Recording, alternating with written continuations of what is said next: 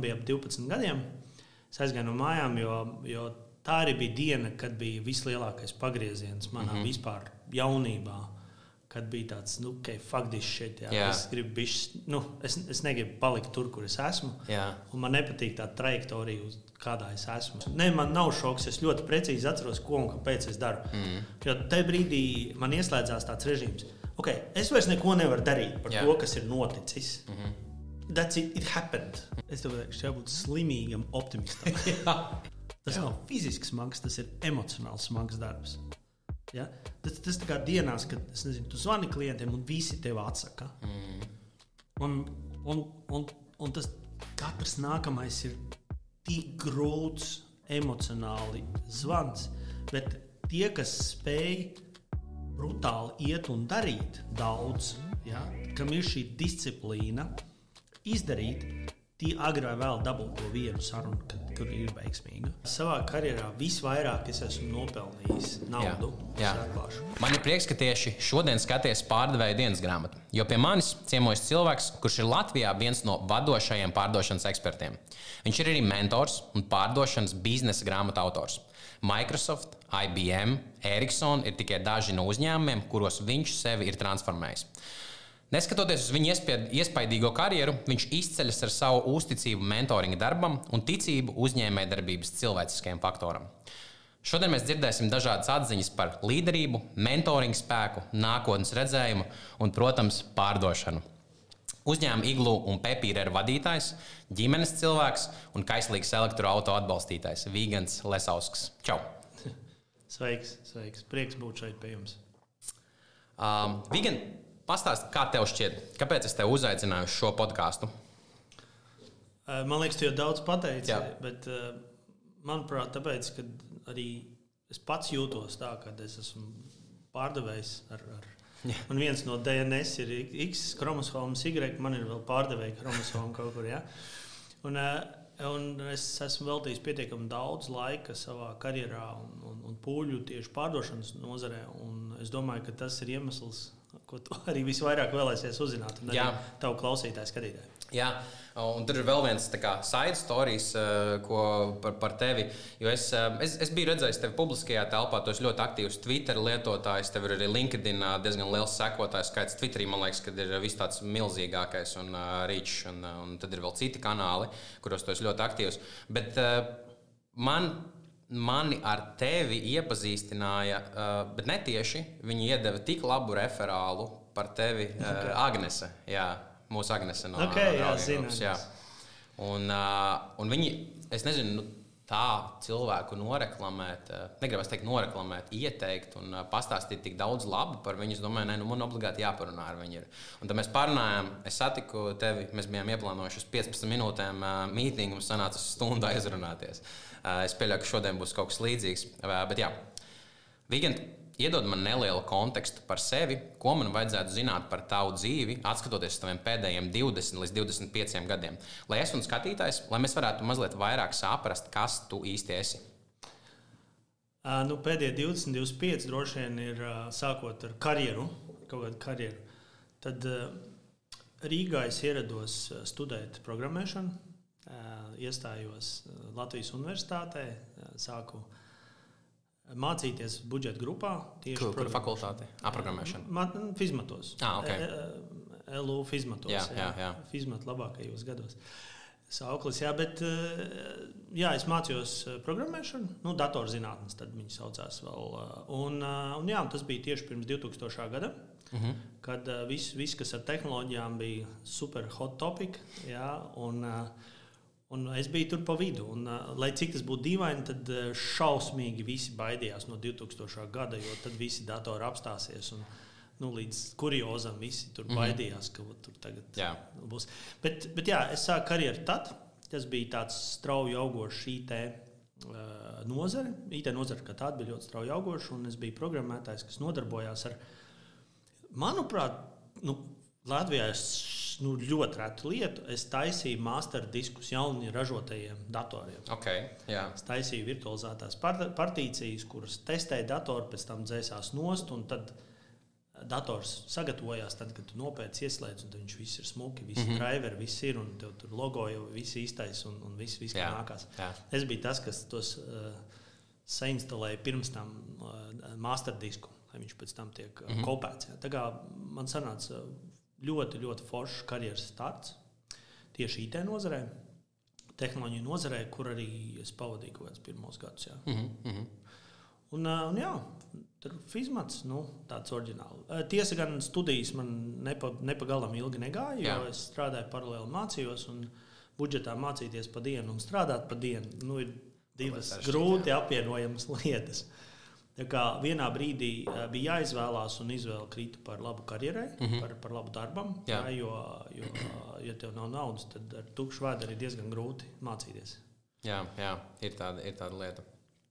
Es saskatu paralēli uzreiz ar sevi, jo man līdzīgi tā pieredze. Es mācījos LU, un es no LU izstājos un iedevu par labu karjerai to izvēli. Bet tu aizskrēji uzreiz uz universitātes laikiem pa priekšu, un parasti atnāk uz manu podcastu viesi, un viņi ir līdzīgi kā tu, viņi fast forward, universitāte, tad karjera, viss pārējais, bet es gribu, lai mēs atgriežamies mazliet pie bērnības, jo man liekas, tās tādas siltas atmiņas ir, un tur var redzēt kaut kādas lietas, kā tu esi veidojies. Un es gribu, lai tu uz nākamo jautājumu atbild ar pirmo lietu, kas ienāk prātā. Gatavs? Labi. Kāda ir visspilgtākā atmiņa no tavas bērnības, kas tavuprāt veidoja tavu raksturu? Visspilgtākā, pirmā, kas ienāk prātā? Viņi ir nedaudz skumja. Tur detaļas ir svarīgi. Jā. Tā bija rudens pēcpusdiena. Laukā bija ļoti lietains un īstenībā ļoti spēcīgs vējš. Jā. Tā bija diena, kad es aizgāju no mājām. Es zinu, tāpēc, ka tad, kad es gāju prom, aiz manis vējš nogāza koku pār ceļam, tāpēc es tā ļoti precīzi atceros. Okay. Tas nav manā imagination. Tas bija tāds crazy diena. Bet jā, man bija ap 12 gadiem. Es aizgāju no mājām, jo tā arī bija diena, kad bija vislielākais pagrieziens manā vispār jaunībā. Kad bija tāds, fuck this shit. Es gribu es negribu palikt tur, kur es esmu. Un man nepatīk tā trajektorija, kādā es esmu.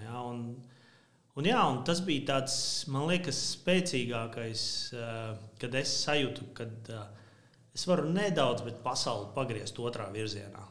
Ja līdz tam tu esi pasažieris uz planētas, tu dari vai tu esi tas, kur apkārtējie nosaka, kā lietām jānotiek. Tad tā bija tāda pirmā reize, kad bija tāds sacelšanās, mazāk sacelšanās, bet vairāk ņemt lietas savās rokās un teikt, es darīšu savādāk. Bet 12 gadi, kāpēc? Jā, tad jāpakāp vēl solīts atpakaļ. Tad man mamma, viņa bija vientuļā māmiņa, es viņai piedzima, ka viņai bija 18 gadi, un tā bija vēl Padomju Savienība. Jā. Un Padomju Savienībām vientuļām māmiņām nebija tā kā baigi forši. Un viņi bija, protams, ka man bija kaut kādi 5 vai 6 gadi, viņi apprecējās ar patēvu, kurš bija alkoholiķis un arī diezgan agresīvs. Un tā kā mājās bija konstanti konflikti, tā kā visu laiku konflikti. Kaut kādas greizsirdības scēnas, kaut kādas vienkārši bezspriģels. Un tas bija tas, kas man likās viens, bet arī līdz brīdim, kad es sapratu, ka es tur galīgi neesmu gaidīts. Un tad man likās, ka nē, es to negribu. Kad tas vienkārši ne pie kā nenovedīs. Tas bija viens. Otrs, es esmu lietuvietis. Tas nozīmē, ka dzīvojot arī lietuviešu ģimenē, man pamatvaloda, pirmā valoda ir lietuviešu valoda. Un mācījos es latviešu skolā, kur man bija ļoti grūti mācīties. Lasīt, rakstīt bija ekstrēmi. Kādreiz bija tā, ka 1. 2. klasē tur bija ātra lasīšana un uz laiku. Tas bija konstants pēdējais. Tajā tabuliņā klasē. Un tā trajektorija, kurā es gāju, bija tāda diezgan, mēs ar draugiem aizgājām kaut kādā šķūnītī ielīdām, kaut ko nospērām, tur kaut ko salauzām, jo citi jau nebija ko darīt. Un redzot to visu, plus redzot to, kas mājās darās un visu, un es sapratu, ka tā trajektorija ir drūma, bet diezgan skaidra. Tas virziens, kur es būšu, kur es nonākšu. Un tā skolā gāja smagi. Mājās par to man deva biedē, ka skolā gāja smagi, bet īsti palīdzēt neviens nevarēja, jo neviens tur nemācījās kopā ar mani arī pats nevarēja mācīties. Jā. Varēja, bet nebija laikam tie apstākļi. Bet katrā ziņā tas bija tas pagrieziena punkts, ka es sapratu, ka es to visu negribu un man to visu nevajag. 12 gadi. Jā. Es vienkārši es atceros sevi 12 gados, un es pat nevaru salīdzināt īsti, jo man bija pilnīgi pretēja pieredze. Bet, man ir 3 bērni. Tad, kad viņiem tagad bija jau 17, 15, tad, kad bija 12 vienam otram, es domāju, es nespēju iedomāties šo bērnu. Tagad tur vispār vienu tur laist kaut kur randomā. Uz kurien tu aizgāji? Tev bija 12 gadi, tu nevari īsti nestrādāt, tev nav nekāda skilla, tev ir tikai un vienīgi vēlme mainīt kaut ko, un tas ir vienīgais pa lielam, kas ir tavs advantage, un tu viņu kaut kādā veidā izmantoji. Ir jāsaprot apstākļi, tad cik skumji jābūt, kad tā alternatīva, tā nezināmā nākotne ir gaišāka. Par to, kas ir šodien. Jā, diezgan drūmi. Tad es aizgāju pie mammas māsas dzīvot, kas bija kaut kādā 3-4 km attālumā, dzīvoja lauku mājās. Viņai arī bija ģimene, lauku mājas saimniecība. Un tur, protams, es paliku pa nakti, bet pēc tam es arī pēc kaut kādas ilgākām pārunām tomēr vienojos, ka es palieku tur dzīvot, strādāt saimniecībā. Un viņi man pieņēma, un kopš tā laika, viņi mani vecāki. Tad tu viņus asociē vairāk kā savus vecākus nekā savus īstos. Viennozīmīgi. Jā. Ok. Interesanti. Un tad tu sāki strādāt tajā zemnieku saimniecībā, tevi pieņēma citā ģimenē ar atvērtām rokām vai tur? Jā. Jo nebija tāda, ka baigais noslēpums bija par to, kāpēc tas tā ir un ko es gribu. Bet, ja saimniecība ir liela un tā bija tāda liela lauka māja, tāda vienkārša, bet paliela. Jā. Tu dari to, kas tev ir jādara, tu piedalies tajos darbos, un man tur brālēns arī dzīvoja, kurš bija līdzīgi vecuma ar mani, kaut kāds dažus mēnešus vecāks. Tā kā mēs kopā to saimniecību arī vadījām. Jā. Un tāpēc no kaut kādiem jau 12, 13 gadiem mēs vadījām saimniecību. Tur traktori brauc, govis slaukt, tādas lietas. Jā. Tāds īsta lauku dzīve. Skolu gājām, vienā skolā mācījāmies. Viņš gan mācījās klasi zemāk. Kaut kādu iemeslu pēc, es nezinu, vai viņš bija palicis 2. gadu vai kā, bet viņš mācījās klasi zemāk. Bet kopā mēs praktiski visu darījām. 12 gados. Diezgan labs skillsets, ko apgūt, vadīt zemnieku saimniecību. 6. klase, 5. kaut kas tāds. Jā, ok. Bet man gribās mazliet dziļāk. Ja par tālu tu droši vari apstādināt mani, bet man ļoti, ļoti svarīgs liekas tās, tev bija tā ģimene, kuru tu izvēlējies, bet tā ģimene, kuru tu neizvēlējies. Kā ir, bet tev pēc tam sanācas satikties ar māmu, izrunāt kaut kādas lietas, to, kas tava īstā māma ir? Jā. Mēs vispār visu mūžu bijām maz runājuši, jo viņai bija attīstības arī traucējumi. Tagad es to apzinos, jo skatoties atpakaļ pašai, bet viņa jau ir mirusi kaut kādus jau gadus, jau 10 atpakaļ. Un ir tā, ka īsti ar viņu izrunāties nesanāca. Piemēram, es tur vienmēr prasīju viņai par tēvu savēju, jo es nekad nezināju savu tēvu, jo viņa bija jauna meitene, acīm redzot, kaut kur pirmā mīlestība vai kā, es grūti pateikt. Viņa, piemēram, nekad ne vārdu neko nav teikusi par tēvu. Tā mums baigi nesanāca runāt. Pārējās lietas, man asociācija ir tā, ka viņa diezgan daudz žēlojās par to, ka dzīvē iet, bet te pašā laikā, ko es novēroju, viņi nekad neko nemainīja. Tas laikam bija viens no tādiem triggeriem, kad arī pēc tam, es viņai palīdzēju, un vēl jau, kad strādāju Rīgā un pelnīju, bet es noteikti ne. Patēvs joprojām laukos dzīvo, bet mums ir ļoti pavirši kontakts. Lai gan arī viņa meita, kas tagad dzīvo pie mums, mēs esam pieņēmuši ģimenē. Okay. Tā kā tur nav tā, ka vienkārši ar to es gribu teikt, tur vairāk ir cilvēka īpašības kaut kādas nekā tā varbūt vide, bet tas ir tas, ko es varu dot atpakaļ varbūt pārējiem cilvēkiem, kas tur ir tūmā, tās otrās iespējas. Un that's it. Tas ir tas, kā tu arī vēl vari mainīt nedaudz pasauli arī citiem, kas tur te vidē ir bijuši un kas iet apkārt. Jā. Tas tiešām tāds ļoti, ļoti drūms stāsts, bet ar ļoti veiksmīgām beigām. Bet, es vienkārši man grūti iedomāties, ka es, piemēram, nevarētu ar savu māti aprunāties. Mums tradīcija, mēs katru svētdienu braucam pie viņas, mēs dzeram kafiju, runājam, un viss ļoti atklāti viņa zina. Mazliet vairāk nekā dažreiz viņai vajadzētu zināt. Man patīk teikt, ka esmu tā kā mommy's boy. bet ar visām tām sākām. Bet interesanti.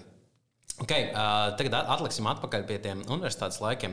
Universitāte ir tēma, kas man pašam arī ļoti, ļoti svarīga. Es esmu mainījis pēdējos gados ļoti radikāli, vairākas reizes vienu uz otru pusi lēkājot viedokli par universitāti. Tu pats vairākus gadus atpakaļ pabeidzi, vismaz mācījies maģistratūrā, tu viņu arī pabeidzies, pareizi saprotu. Pabeidzi maģistratūru. Un tu kādā no savām intervijām minēji, ka tev ir svarīgi, lai tev tuvākie cilvēki arī būtu motivēti pabeigt universitāti, tāpēc tu ņēmi to piemēru, to karogu gāji un pats izdarīji līdz galam visu. Vari man iedot 3 lietas, un mēs apgriezīsim to jautājumu otrādāk, 3 lietas, ko zaudē cilvēki, kas tā arī neaiziet vai nepabeidz universitāti, tavuprāt? Ko viņi zaudē? Šis jautājums ir bijis plašāks. Ir tā, ka ja ir iespēja studēt, es iesaku studēt. Jā. Un tad karjeru būvēt. Man tāda iespēja īsti nebija. Es mēģināju, bet kaut kādā brīdī ir jāizvēlās. Ja? Un mans mēģinājums studēt programmēšanu cieta neveiksmi. Bija jāpelna nauda. Tad pēc tam es atkal mēģināju stāties augstskolā, bet tad darba bija tik daudz, ka atkal nebija laika vienkārši. Tad ar 3. piegājienu es bakalauru pabeidzu. Okay. Tad pirmais ieteikums varētu būt Pirmais ieteikums, ja ir iespēja studēt karjeru sākot, pēc vidusskolas, izmantojiet šo iespēju, studējiet. Tad, es nezinu, vai vecāki var atļauties, vai pats studējiet, mācieties, jūs satiksiet cilvēkus, kas jums visā karjerā noderēs. Bet vienalga, kurā virzienā tu ej? Jā, īstenībā ir absolūti vienalga, ko studēt.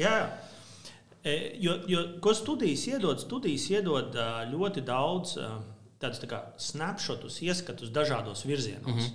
Nezinu, ja tu studē bakalauru uzņēmējdarbībā, kā es studēju, nav tā, ka tu iemācies tur grāmatvedību vai tu esi baigais jurists vēl, bet tu iemācies, tu saproti, ko nozīmē grāmatvedība, saproti. Tu saproti, ko nozīmē tiesības, darba tiesības vai konkurences likums un tādas pamatlietas. Vismaz zini, kur apskatīties un ka tāds eksistē. Tu zini, ko nozīmē mārketings, un kaut kāda elementa, no kā viņš sastāv. Ok, tu nebūsi guru, bet tad tu iegūsi šos Lego klucīšus, no kuriem tu jau vari būvēt šo ēku, tālāk šo karjeru. Maģistratūrā tur gan es iesaku studēt to, kas patīk, jo tad tu vari daudz dziļāk iet jau tajā nišā, tajā nozarē, kurā tu esi izvēlējies būt par ekspertu. Ja? Protams, ka bakalaura arī ir jāizvēlās. Ja tev ir kaut kāds inženierzinātnes, tad tu studē vairāk kaut ko inženierzinātnēm. Bet tas nenozīmē, ka tu būsi programmētājs vai robotikas eksperts kaut kāds tur vai vēl. Bet tās zināšanas viņas paliek. Un arī programmēšana es studēju salīdzinoši neilgi, kaut kādu gadu tikai ar dažādām sekmēm. Ja? Tad tas programmētāja gēns un tā domāšana iekšā paliek. Pat es varu apsēsties, izlasīt kodu un apmēram saprast, kas tur notiek. Apmēram, Bet vai es varu uzrakstīt kodu? Droši vien nē. Bet tagad, ja man kāds programmētājs sēž pretī un saka, ka tur tas viss ir baigi sarežģīti, un tāds nestāst man. Kāpēc tu domā, ka ir sarežģīti? Es tur vēl saku, bet varbūt vienkāršāk. Un cilvēki ir pārsteigti, kad tās zināšanas tevī ir. Un tagad tu audz un tagad arī esot uzņēmuma vadītājs, var teikt, ka tas zināšanas spektrs, kas ir vajadzīgs, kas nodara ikdienā, ir tik nenormāli plašs. Tur man būtu gan maģistrs programmēšanā, gan inženierzinātnēs, gan jurisprudencē, gan ķīmijā, gan fizikā vēl, un tas viss man būtu ikdienā vajadzīgs. Jo tad, kad tev ir komanda, tad, kad ir sevišķi ražošanā, kad tev vajag kaut kādu jaunu iekārtu, tu spēj sarunāties, tu spēj saprast, tu spēj identificēt, un tas ļoti būtiski mazina risku. Tas mazina tavu absolūtu paļaušanos, lai gan tu redzi, ka kaut kas nenotiek, bet tu nespēji saprast, kas nenotiek. Ja? Un tās ir tās mazās lietas, ko izglītība iedod. Un jo daudzveidīgāk tev ir izglītība, tu vari īstenībā būt jebkas. Jo tās profesionālās zināšanas, viņas tik ātri mainās, ka tu tāpatās iemācīsies darbā. Nu, nezinu, tu gribi būt grāmatvedis. Pašu grāmatvedību iemācīties nav tik sarežģīti. Sarežģīti ir iemācīties saprast to uzņēmēju, kuram tu tos ciparus skaitīs. Ja? Un ja tu saproti biznesu, tev grāmatvedība ir viegli. Ja tu saproti, kā būvēt raķete, tad arī kā būvēt šujmašīnu tev būs viegli. Jo tu sapratīsi mehānismus.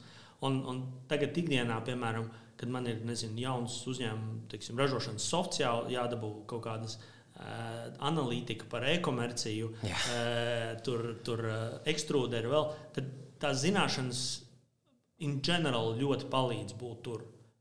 Pat ja tu neesi eksperts tajā jomā, tu saproti, par ko ir runa. Es tieši meklēju, aizsties telefonā, meklēju grāmatu. Precīzi nosaukumu tagad nepateikšu, man viņa sarakstā ir, ka man viņa jāizlasa, bet ir tāda grāmata, viņa saucās Why Globalists Triumph in Specialized World. Un tā grāmata kā reizi, es viņu neesmu izlasījis, bet to summary un recap dabūjis par viņu. Un man likās interesanti, ka tajā grāmatā tā galvenā tēze ir par un ap to, ka, ja tu esi specializēti kaut kādā vienā jomā, tu nevarēsi nekad uztaisīt lielus sasniegumus tā kā overallī, jo tev nav tās well-rounded zināšanas apkārt par visām industrijām. Un par cik mēs ļoti tādā aktīvā fāzē esam, kad viss aug un transformējās, tu nevari īsti vajag tādus cilvēkus, protams, bet tu nevari atļauties specializēties tikai uz vienu lietu. Tas ir ļoti neefektīvs veids, kā ieguldīt savu galveno resursu. Tāda tā galvenā tēze, man liekas, tajā grāmatā ir. Jā, un es tev arī oponēšu. Tad biznesā ir tādi divi veidi, kā nopelnīt vispār, un arī karjerā ir līdzīgi. Everything for some or something for everybody. Tad vai nu tu esi tik krūts, ka tu dažiem vari visu iedot, tad tu esi super universāls programmētājs visās tur frontends, backends, tur nezinu, whatever, visi iespējamās datubāzes, analītika un tā. Un tad tu ienāc uzņēmumā un tu esi generalists, tu vari visu. Bet tu īsti nebūsi stārs nevienā no tiem. Bet tu būsi pieprasīts tajos uzņēmumos, kuros vajag šādu te. Un visticamāk, tu arī kļūsi par programmēšanas vadītāju, jo tu spēji saprast visas šīs grupas. Otrs, tu kļūsti par pasaules labāko, something for everybody. Tu kļūsti par pasaules labāko cilvēku, kas spēj dizainēt un uzprogrammēt dinamiskus logo. Bet tu esi labākais no labākajiem tajā. Okay. Es tev mazliet pretoponēšu par to. Un globālā pasaulē, ja tu esi labākais, tev vērtēs augstāk kā speciālistu labāko nozarē, bet tev jābūt labākajam. Tu nevari būt viduvējība specializācijā. Tad, ja tu esi specializācijā, tad tev jāiet ļoti, un tu nedrīkst atskatīties, nedrīkst kāpt apakaļ. Tad, kad tu izvēlies, tad tev ir jāsaprot, es būšu labākais, video operators. Tad tu celies un guli un dari visu, lai tu mācies no visiem, lai tu esi labākais. Jā. Es 50-50 tam piekrītu, jo, kā es domāju, parasti tu stāc karjeru startē, tev vajag kaut kādu virzienu, un tev jāsaprot, vai tas virziens, piemēram, tajā pašā universitātes kontekstā, tev jāsaprot, vai tas virziens ir plus mīnus tas, kas ir tavā skillsetā, kas tev sanāk reāli. Visu var iemācīties. Jā, bet ir kaut kādas lietas, kas tev vairāk, kuras būs vieglāk mazliet darīt un kas tev vairāk motivēs, jo tev viņas ātrāk sanāks. Tātad ir vieglāk tev vai vieglāk vispār? Es esmu piekritējis, ka tu dari to, ko citi negrib vai nemāk. Okay. Un pat, ja tas arī tev nāk grūti, tu iemācies to un tu būsi daudz vajadzīgāks sabiedrībai, jo tu spēj darīt. Varbūt ne perfekti, bet lietas, ko citi negrib vai nemāk darīt. Un tāpēc tas risks, ka tu ej darīt to, kas tev sanāk un patīk, ir tas, ka tu vari nokļūt, ka tas visiem patīk. Piemēram, bērniem tagad runājoties, viņi saka, tur karjeru, mēs būsim YouTube stāri. Tev jābūt mega labam, lai mūsdienās būtu baigais globālais YouTuberis. Un tur plus vēl veiksmes faktors. Gan labam, gan veiksmes faktors. Tur tāds. Uzņēmējiem ir līdzīgi. Bet ja tu esi izcils mākslinieks, tu arī varbūt būsi badā, savā mūžā. Bet, ja tu pietiekami ilgi darīsi, tev būs pietiekami liela tas mantojums, tas radītais, kad tu vari apvienoties vai savienoties ar kādu pārdevēju un tomēr gan nopelnīt, gan gūt šo atzinību vēl savas dzīves laikā. Jā. Bet parasti tie, kas specializējas, viņi kļūst par labākajiem tikai pēc tur 10, 15, 20 gadiem. Reti, kad ir jaunieši, un tie jaunieši ir pašā sportā, vēl kaut kur tas spēks vai kaut kāda jaunības iemaņa ir atslēga tam sasniegumam. Nu, nebūs tur kodola fizikas zinātnieks, kurš 20 gadīgs. Kāpēc? Tāpēc, ka viņam vienkārši nav bijis laika ieliet savās smadzenēs visas tās pieredzes, kas ir vajadzīgas, lai tu būtu. Tu vari būt labs kaut kādā vienā tēmā, tu vari pēkšņi kļūt slavens, jo tu esi bijis klāt vai kaut ko atklājis. Bet te pašā laikā cilvēki, kas ir tajā nozarē daudz pavadījuši, viņi vienkārši zina arī daudz lietas, kas vēl blakus un apkārt. Jā. Un tas ļauj paplasīt. Tāpēc es gribu teikt tā, ka specializēties vajag, ja kaut kas ļoti patīk un tu esi gatavs komitēt, bet nedari half-ass. Tas savādāk mazliet, protams, kad ir ar maksimālu efektivitāti viss jādara. Es to saku tāpēc, ka man karjeras pirmais posms bija absolūts fokus būt par pārdevēju. Jā. Tas bija tā kā vienīgais fokus. Pēc programmēšanas man atnāca vadītājs un tiešā tekstā pateica, Vigant, tu esi slikts programmētājs. Jā. Vai tu gribi pirmdien iet uz pārdošanu? That's it. That was it. Un tu esi jau pirmdienā pārdošanā. Un es nebiju labs pārdevējs, bet es sapratu, ka, ja es gribu dzīvē kaut ko izdarīt, tad tas, ko es daru, man ir jādara labi, jācenšas izdarīt labāk. Jā. Un tas komitments uz tādu ekscelenci noved pie tā, ka tu esi atvērts, tu skaties, tu mācies, tu lasi, tu mēģini vēl 50, 60 veidus, kā to izdarīt. Un tu pat tu visu laiku apšaubi sevi, kad var labāk. Un tad tu vienā brīdī konstatē, ka nav slikti. Not bad. Jā. Un tad tu sāc saņemt kaut kādas atzinības, un tad vienā brīdī tu esi podkāstā. Jā, interesanti. Nē, es vienkārši tas kā es gribēju oponēt, bet tu mazliet arī papildināji to, un tad es vairāk tam piekrītu, bet tas, kā es parasti redzu, arī mums ir, ko mēs darām uzņēmumā, mēs parasti meklējam partnerus, un tad mēs viņus mēģinam attīstīt, uzbūvēt tā, lai viņu bizness ir lielāks, un viņi mums vairāk naudas eventuāli ienes. Bet tas galvenokārt ir caur viņu prizmu, lai viņi vairāk var nopelnīt. Un tad, ko es vienmēr viņiem saku, kas redzu, kas ir veiksmes atslēga tiem partneriem, ir tādi partneri, kas viņi koncentrējās uz visām lietām vienlaicīgi. Viņi 99% gadījumu nekad neviens neko nesasniedz. Viņi nobankrotē vai sāk vainot mūs, ka mēs esam tur slikts softa providers un tā tālāk. Bet tie partneri, kas ir veiksmīgi, ļoti daudzos gadījumos ir tie, kas sāk ar vienu fokusu, un viņiem ir skaidra tā vīzija. Tas lāzera fokus ir vienā vietā. Un pēc tam, kad viņi ir pietiekami daudz sasnieguši, viņi noliek to punktu, kur viņi var plest vaļā. Man ir piemērs. Jā. Savā karjerā visvairāk es esmu nopelnījis naudu. Jā. Es atklāšu. Jā. Tad man arī bija jāpiesaist partneri. Yes. Igauņu uzņēmumam. Jā. Skoro. Tad jāpiesaist partneri. Es dabūju partneri Latvijā. Es viņam palīdzēju tur pirmos klientus atrast, tur kaut kāds darbinieks piesaistīt vēl. Pagāja kaut kāds laiks, gads laikam. Negāja tas bizness viņam. Ja? Un tad man tas Igaunis uzņēmuma īpašnieks, kas ir Skoro īpašnieks, vienreiz man zvana, viņš prasa, Vigant, ko darīt? Jā. Nav tā rezultāta. Vajag labāku. Kaut kāds ir, bet daudz pamaz. Jā. Un es atceros, kā šodien es sēdēju arī pie viņa galda. Es teicu, zini, ja es to darītu, 100 punkti būtu. Es redzu, ka tur ir jādara savādāk. Un viņš saka, tad dari tā. Es aizgāju pie partnera, es paņēmu to pašu produktu. Jā. Viņa darbiniekus visus pie sevis uztaisīja kopiju, nevis kopiju, bet paņēmu šo komandu, šo biznesu. Mēs darījām tieši to pašu, un mums bija fantastiski rezultāti. Okay. Tiem pašiem cilvēkiem, to pašu produktu, tai pašā tirgu. Jā. Mēs darījām to pašu, tikai daudz fokusētāk, varbūt, vai kaut kā nedaudz savādāk. Ja? Es negribu teikt, ka es esmu tur kaut kāds ģēnijs vadītājs. Ja? Tā partneru vadītājs arī nebija kaut kāds tur slikts, ja viņš darīja to pēc savas izpratnes. Bet man sanāca pietiekami labi, kad tik labi, un pat līdz tam, kad man bija savs sijā, kur tos darbinieks es pieņēmu, tad tas nebija tā, ka es tur riskēju arī bišķi ar savu ādu. Ja? Jā. Un mēs to sijā, bet man bija solījums, ka es skoro to uzņēmumu atdošu tad, kad mums sanāks. Jā. Un tur sanāca. Kas bija tā veiksmes atslēga? Man liekas, ka fokus. Jā, tas, ko mēs tad runājam. Jā, tas ir tagad fokus, vaiprātīgs fokus uz rezultātu.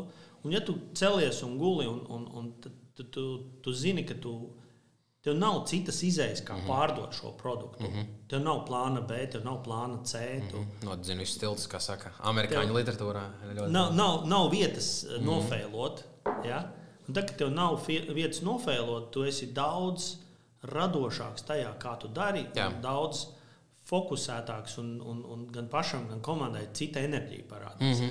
Tie cilvēki, kas tur... Un pirmais darbinieks, ko es paņēmu, bija neticējis māsa, ar kur mums nebija viegli strādāt. Jā. Un viņai vispār bija zero sales experience. Jā. Bet viņai fantastiski sanāca arī. Un tāpēc dažreiz arī partneriem runājot, vajag teikt, vai nu tur nedara half-ass.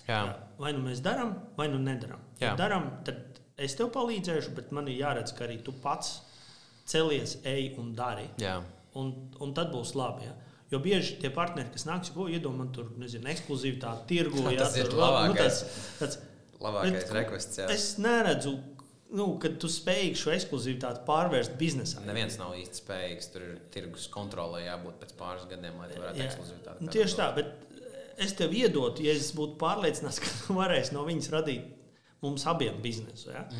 Un tas nevienmēr tā notiek. Ja? Un gadās, kad ir labi partneri, bet tā arī gadojam ejot, neviens partneris skoro nevarēja izaugt tik ļoti, cik mēs paši varējām izdarīt. Jā. Un tas bija tas, kad es kļuvu par vienu no līdziepašniekiem skoro beigās. Man vienkārši uzdāvināja akcijas. Ja? Simple as that. Tik labs. Bet atgriežoties atpakaļ uz to universitāti, mēs aizskrējām vēl, bet 2 ieteikumi mums bija. Un kāds būtu tas 3. ieteikums? Pirmais bija tātad izvēlēties jebko, aiziet, galvenais studēt. 2. ieteikums tad bija, tagad jau piemirsās, mēs aizgājām tajā dialogā. Un ko tu 3. ieteikumā dotu tādu?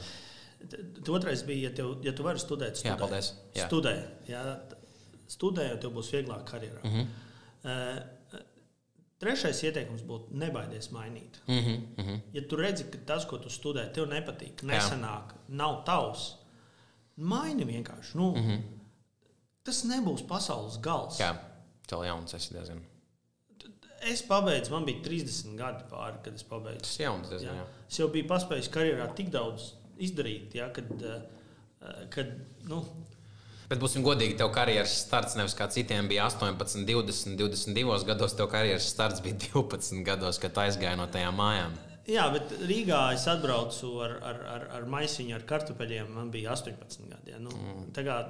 Tad tu karjeru. Tad tu dzīvot sāk patstāvīgi, varbūt patstāvīgāk. Agri, bet karjera sākās jau tad, kad es pirmo kursu atbraucu pēc vidusskolas. Ja. Bet un izglītība, man saka, bakalaura es dabūju kaut kā 35 gadi bija kaut kas, 32, 35 kaut kas tāds. Un pirms tam man sanāca IBM un Microsoftā strādāt bez augstākās izglītības, lai gan tur bija prasība augstākā izglītība. Līdz tam, kad, piemēram, 2008. gadā, kad bija krīze, ja tur man vajadzēja darbu, es atzīšos vajag darbu. Mājās mazs bērns, viss ir slikti, tur reāli slikti. Man nav augstākā izglītība, tur dabūt darbu ir diezgan bezcerīgi. Es aizgāju uz CV online, man tur bija pazīstama meitene, kas atlases veids, un es viņai aiznesu končas. Es teicu, paglau, tur tāda lieta.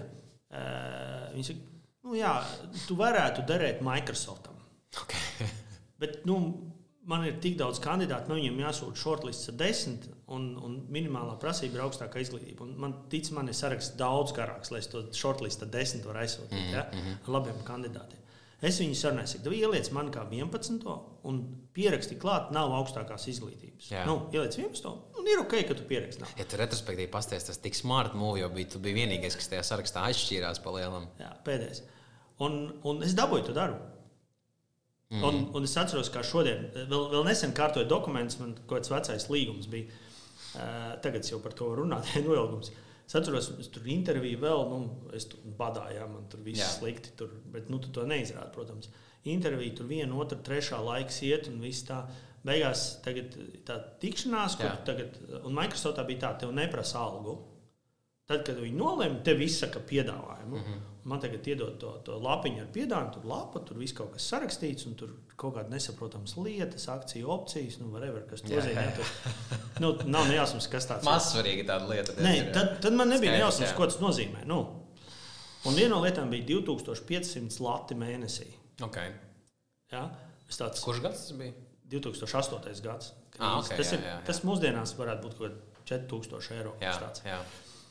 Ar inflāciju varētu būt pat 5000 eiro.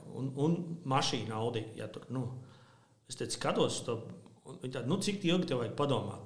Es tāpēc jau tā 1, 2, 3. Lai tā neizskatītos izmisis, ja? Tāds labi, I'm taking it. Un es dabūju vislabāko apmaksāto darbu līdz pat, ne tagad jau varbūt bišķi vairāk spēlni, bet tad vēl ilgi tas bija ļoti labs apmaksāts darbs. Jā. Ar rītīgi labu algu. Tā kā rītīgi labu algu. Un tad to krīzi tas palīdzēja izvilkt. Bet arī tas viss sākās ar to, ka tu paņem konču kastu un nesaki, davai ieliec man kā 11. Man baigi vajag. Es nezinu, vai saprotu, kas tur psiholoģiski notika, bet skaties, es paņemu lapu, tur ir 10 kandidāti, visiem viņiem ir augstākās izglītības, viens tur bakalauru pabeidzis, cits 2, cits 1 maģistru, cits vēl doktorantūrā strādā. Un tad ir viens tāds pelēkais pīlēns, ja es tev varu tā nosaukt tajā situācijā, un viņam ir iekavās ierakstīts bez augstākās izglītības. Tu personīgi apskatoties to sarakstu, ko tu apskatītos pirmo? Protams, ka tev tas 11. interesētu. Es domāju, ka tur baigā atslēga bija arī tai atlases sievietei, kurā visticamāk teica šo vai vismaz sarunu. Jā. Sejas, kāpēc tu viņu pieliki? Jā, viņai jādod. Jums vērts ir viņu aprunāties. That's it, jā. Un dzīvē bieži vien ir tā, ka lielās iespējas tev jātiek pa tām durvīm iekšā. Un arī visa pārdošana ir par to, ka tev ir... Jā.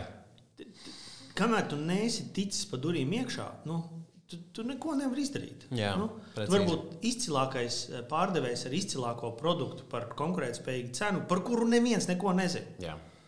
That's it. Tu nemāki par sevi pastāstīt. Jo tu neesi īstā vietā un laikā un telpā. Ja? Un bieži vien, un es, protams, pēc tam tikai apzinājos, cik šis it kā mazais izmisuma dzītais gājiens palīdzēja karjerā, bet tas bija tāds ļoti svarīgs arī personīgi no finansēm, jo mēs tur bezmaz tuvu bankrotam bijām ģimenē. Ja? Un tas bija ļoti, ļoti svarīgs moments dzīvē.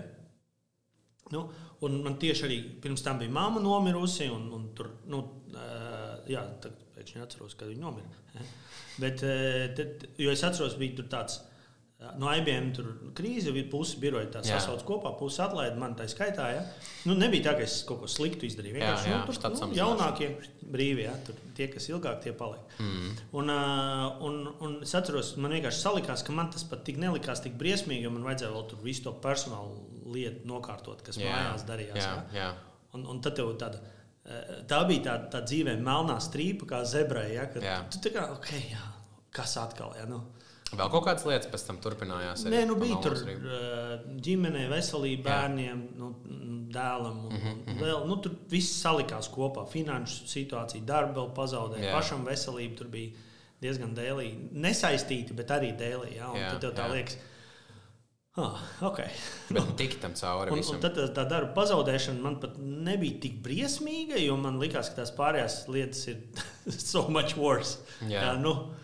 Un tad tu saliec un tu kā no vienas stūra sāc kārtot tās lietas. Jā, Kāds emocijas tajā situācijā, kad tu tiec tajā shitstormā un kā tu no viņas tiec tajā brīdī ārā? Ko tu atceries tieši to momentu, ja mēs iedzinamies, ka tev tā melnā strīpa sākās, tevi atlaida no darba, tev bija problēmas ģimenē, viss pārējais vienkārši likās, ka viss cauri ir. Ko tieši tu darīji tajā situācijā?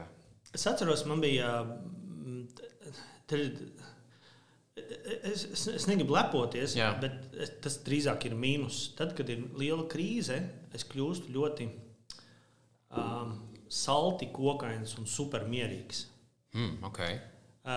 Nezinu, mums bija autovārijas, izkāpj ārā, viss ir baigi slikti, labi, droši vien jāuziet uz ceļu, jāuzliek zīme, lai citi ne. Tā kā, pārējie no mašīnas, ko tu dari? Ja tev ir šoks. Nē, man nav šoks. Es ļoti precīzi atceros, ko un kāpēc es daru. Jo tajā brīdī man ieslēdzās tāds režīms. Es vairs neko nevaru darīt par to, kas ir noticis. That's it. It happened. Viņš tikai vienkārši noklikšs tas moments. Un tad... Noklikšs moments. Es to vairs nevaru mainīt. Es nezinu, tev glāze nokrīt lejā, saplīst. Tu vari žēloties, bet viņi ir saplīsus. That's it.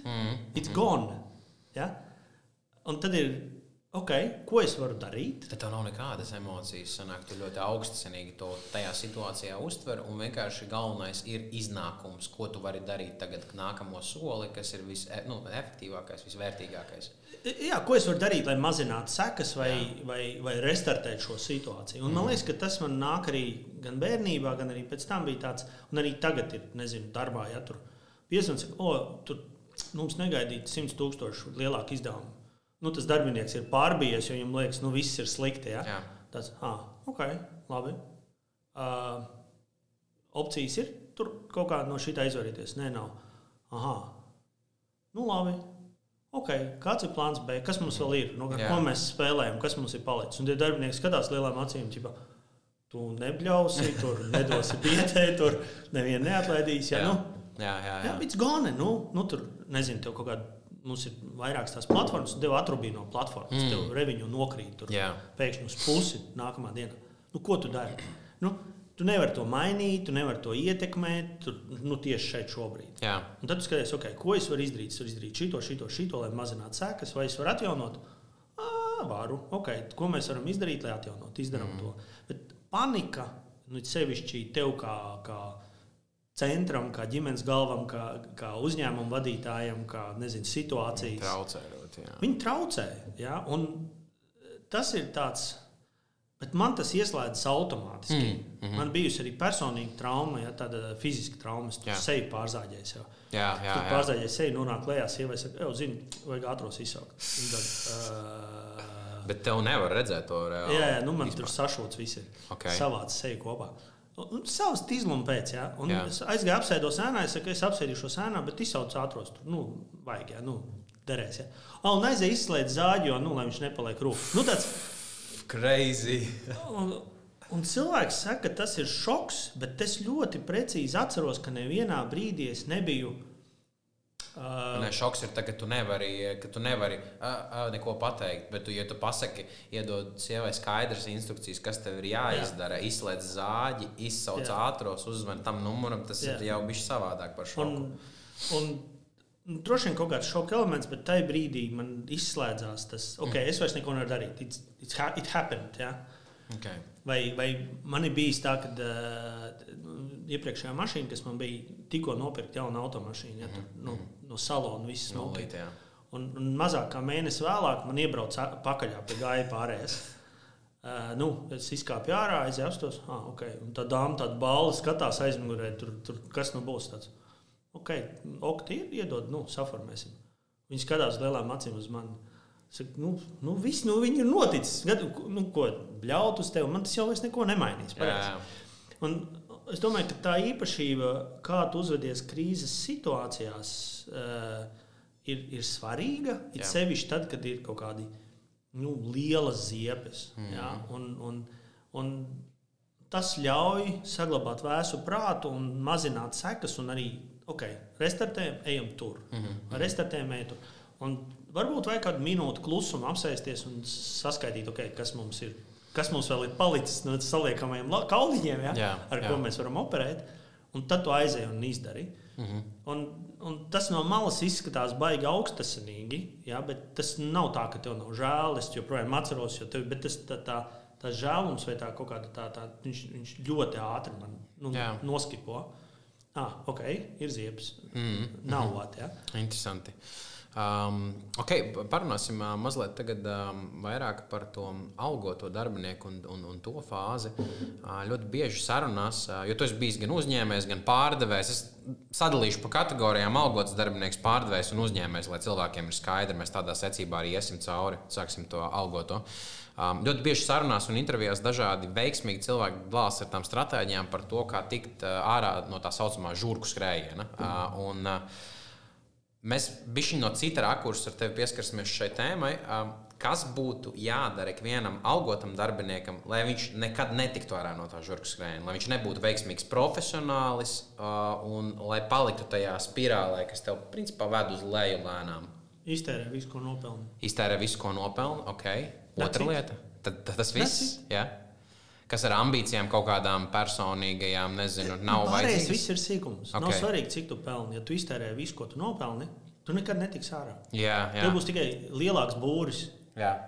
Tu būsi tāpat žurka, tev būs lielāks ritens, pa kuru skriet. Bet tu joprojām būsi tur iekšā. Ja? Un vienīgais veids ir tērēt vairāk nekā tu pelni. That's it. Neplānot to bišu budžetu, nekur neieguldīt, neinvestēt. Arī, bet vienkārši man tagad dēls, viņam 17 gadu, viņš sācis strādāt. Ja? Viņš sāk strādāt septembrī, tagad viņš ir nopelnījis, sakrājis milzīgu summu pusgadu laikā. Protams, ka viņš gan vispār netērē. Labi, viņš dzīvo pie vecākiem, bet tas arī skaitās. Jā. Un viņam lielu summu, un viņš jau domā par to, kā ieguldīt un ko darīt 17 gados. Wow, kāds viņam ir tas te compound efekts tur plānojās nākotnē? Potenciāli, un ja man saka, ko, un viņam nav ne izglītības nekas, jo viņam ir autisms vieglā formā, tad viņš uzdeva vienu jautājumu, tēti, es gribu, lai man ir tāpat kā tev. Jā. Kas man jādara? Saka, rekur netērē un viss. Okay. Tāds it, sapratu. Un viņš to varbūt pat ekstrēmi tālu ir paņēmis. Tev ir pirmā alga, un viņš jau pirmā alga nav iztērējis. Jā. Un tas ir tik vienkārši. Protams, tu ieguldi izglītībā. Un tad tērēšana un ieguldīšana divas dažādas lietas. Tad, ja tu ieguldi, tu vari aizņemties, lai ieguldītu, apmaksāt augstskolu. That's fine. Tu aizņemies, lai ieguldītu sevi tajā, lai tu varētu dabūt lielāku būru un lielāku apli, pa kuru skriet. Tu vari riskēt un sākt uzņēmēju darbību, bet arī tur tev būs vajadzīgi partneri un kapitāls. Bet karjeras sākumā mācies, uzņemies visbriesmīgākos darbus, ko tu vari uzņemties, ko citi nedara, tad tu iegūsi tādus skillsetu, kādu nevienam nebūs. Otrs, tu iegūsi pieredzi un satiksi tādus cilvēkus, ar kuriem tu kopā strādāsi, kad tu iemācīsi. Un tajā brīdī, kad tu kļūsi par... Tad arī, kas ir uzņēmējs? Tad ir cilvēks, kam pieder uzņēmums, un ir cilvēks, kas vada uzņēmumu. Es esmu krīzes menedžers. Mani hairo. Man ir algots darbs tagad tāpat kā visiem citiem. Es nāku, es izdaru to darbu, man samaksā naudu. Es samaksāju sev no uzņēmuma, jo es esmu uzņēmuma vadītājs, bet formāli mums ar akcionāriem, protams, ir vienošanās, cik par ko pienākās. Tad es esmu tādā pašā algotā darbā kā citi, tikai ar lielāku atbildību un ar nedaudz lielāku atalgojumu. Nav tā, ka tu tur tagad miljonu saņem vai vēl kaut ko. Un ja tu turpini tērēt mazāk, tā delta ir tā, kas iedod to brīvību, to brīvību izvēlēties, ko tu vari darīt. Un ja tev ir šis pilvens, kaut kādi 3, 4, 6 mēneši, tu vari, ja tev nesanāk, tu vari atļauties iet pastudēt, tu vari atļauties iet nomainīt darbu, nedomāju, ko es uz galda rītā likšu. Tas sajūta par žurku skrējienu, un es varu teikt tā, jo brīvāks es esmu, jo vairāk es strādāju. Es strādāju un daru tās lietas, kas man patīk. Tas ļoti counterintuitīvi ir īstenībā, tas, ko tikko pateici. Es varētu nestrādāt, man pietiek kapitāla un viss ieguldījumi, ka es varētu vienkārši jau iet pensijā tagad. Cilvēkiem parasti liekas, ka viņi strādā vairāk, tad, kad viņus spiež tā nauda, bet ir tieši otrādā, kādu saka. Es tev varu noteikti piekrist tam. Un es ne tikai strādāju vairāk, bet arī daudz atbildīgākas riskantākus darbus var uzņemties. Cita motivācija apakšā. Viena ir, tā nav tava izvēle, tā ir izvēle, kas tev ir iedota, un otrā scenārijā tu izvēlies pats to darīt. Jā, un tagad tu uzņemies kaut ko, kur ir ļoti liela varbūtība, ka tu nofēlosi. Nesanāks, jo tur ir visādi arī citi apstākļi. Bet tajā pašā laikā tu vari atļauties šo risku uzņemties, bet tas atdeve, tas reward no tā ir arī daudz lielāks. Jā. Un tāpēc padoms tie, kas grib izsisties dzīvē, sāciet ar pavisam vienkāršu personīgo finanšu padomu. Tērējiet mazāk nekā jūs nopelnāt. Katru mēnesi, kaut 1 eiro, kaut 10, kaut 100, cik jūs varat. Katru mēnesi. Un ir tas samaksā sev vispirms, bet es teiktu tā, ja tu nevari atlikt katru mēnesi maliņā, tad tev ir jāpadomā, varbūt tu dzīvo pār saviem līdzekļiem, varbūt tev ir jāmaina darbs, kur tu pelni bišķi vairāk, jo tu nevari vairs samazināt. Bīstamākais ir tas, kad mēs redzam apkārt cilvēkus līdz mūsu vecuma līdzgaitniekus, kursa biedrus, bērnības draugus, kur dzīvo labāk. Viņi dzīvo labāk uz aizņemtas naudas, varbūt, vai kā, bet mums arī gribās, jo mēs startējām vienādi, no viena ciemata, mēs esam no vienas skolas, no vienas vidusskolas, augstskolas, un viņam šķietam ir krutāka dzīve. Un kas ir krutāka dzīve? Jā. Bet es teikšu tā, ka tās labākās izvēles, ko mēs ar sievu izdarījām, bija, kur nopirkt māju, piemēram, un kādu. Un tas liekas tāds, bet māja ir lielākā investīcija tev personīgi dzīvē, kāda tev ever būs. Jā. Visticamāk, personīgā investīcija. Lielākajā daļai cilvēku, Jā, tad mēs izvēlējāmies mazu māju pieticīgā ciematā salīdzinoši lēti. Un katru reizi, kad mēs tur esam, citi maksā tur vaiprātīgas nekustamā īpašuma nodokļus, tur vēl kaut ko. Mums ir 50 eiro gadā, komunālie praktiski nav, mēs kredīti esam izmaksājuši. Viņš tagad compound sanāk no tā viena lēmuma, un mēs to nopirkām nekustamā īpašumā pīķī. Mēs tā jau pa dargo to izdarījām. Bet iedomājies, ja mēs nopirktu prēmiju māju, prēmiju vietā, kas tajā brīdī, tad tas būtu... Tur ir prēmiju maksā par viņu. Labi, ka es tajā brīdī nevarēju atļauties. Es pēc tam ilgi nožēlot šo lēmumu. Tāpēc labāk tev ir labākā māja sliktā ciemā, nekā sliktākā māja prēmiju ciemā. Jūrmalā, piemēram. Bet tas ir counterintuitīvi, jo tu gribi tajā jūrmā, tu gribi tajā prēmiju vietā būt. Bet tu diktē noteikumus. Un tu jūties labāk, un tev nebūs tik krūta māja, varbūt, bet tu jutīsies labāk viņā, jo jūs būsiet līdzvērtīgi ar tiem cilvēkiem apkārt. Un, protams, kādu dienu tu pāraugsi to vidi, bet paliec tur, dzīvo tur, baudi.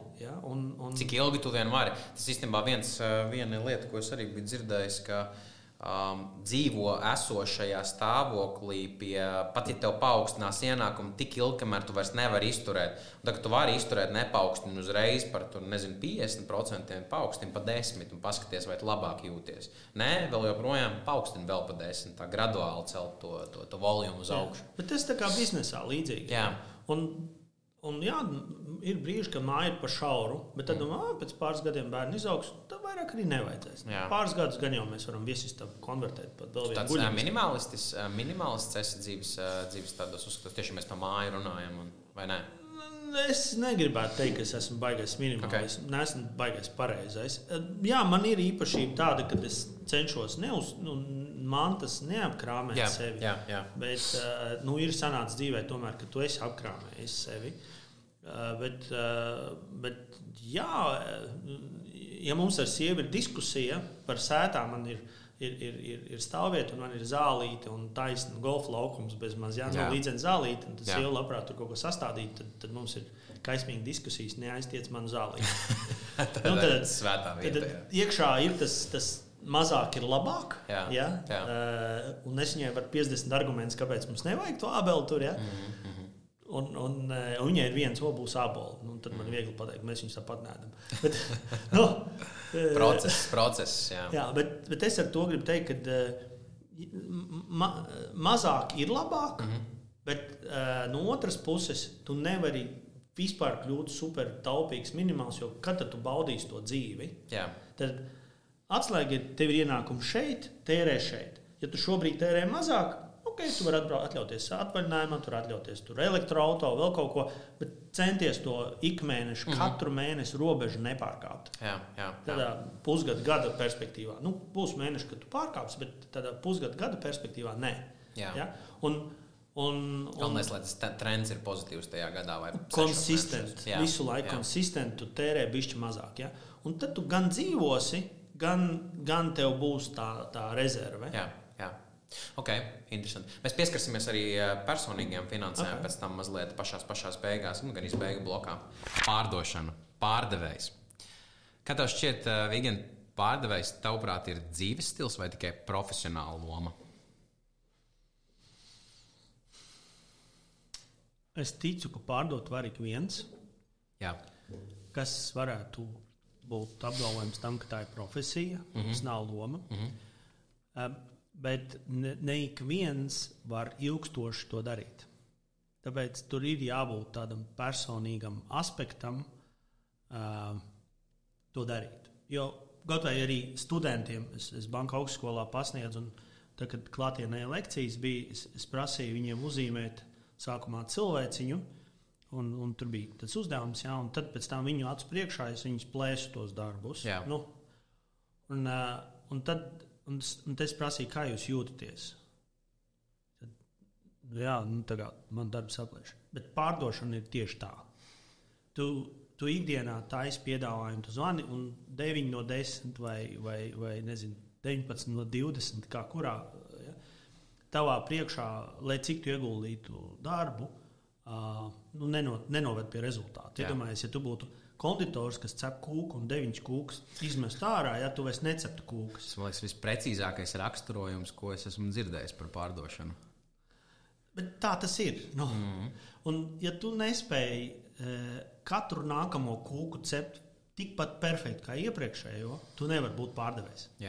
Tev ir jāspēj akceptēt, ka kaut kāda ļoti, ļoti liela daļa no tevis paveiktā, lai cik tu būtu ieguldījis darbu mīlestību, nenovedīs pie rezultātu.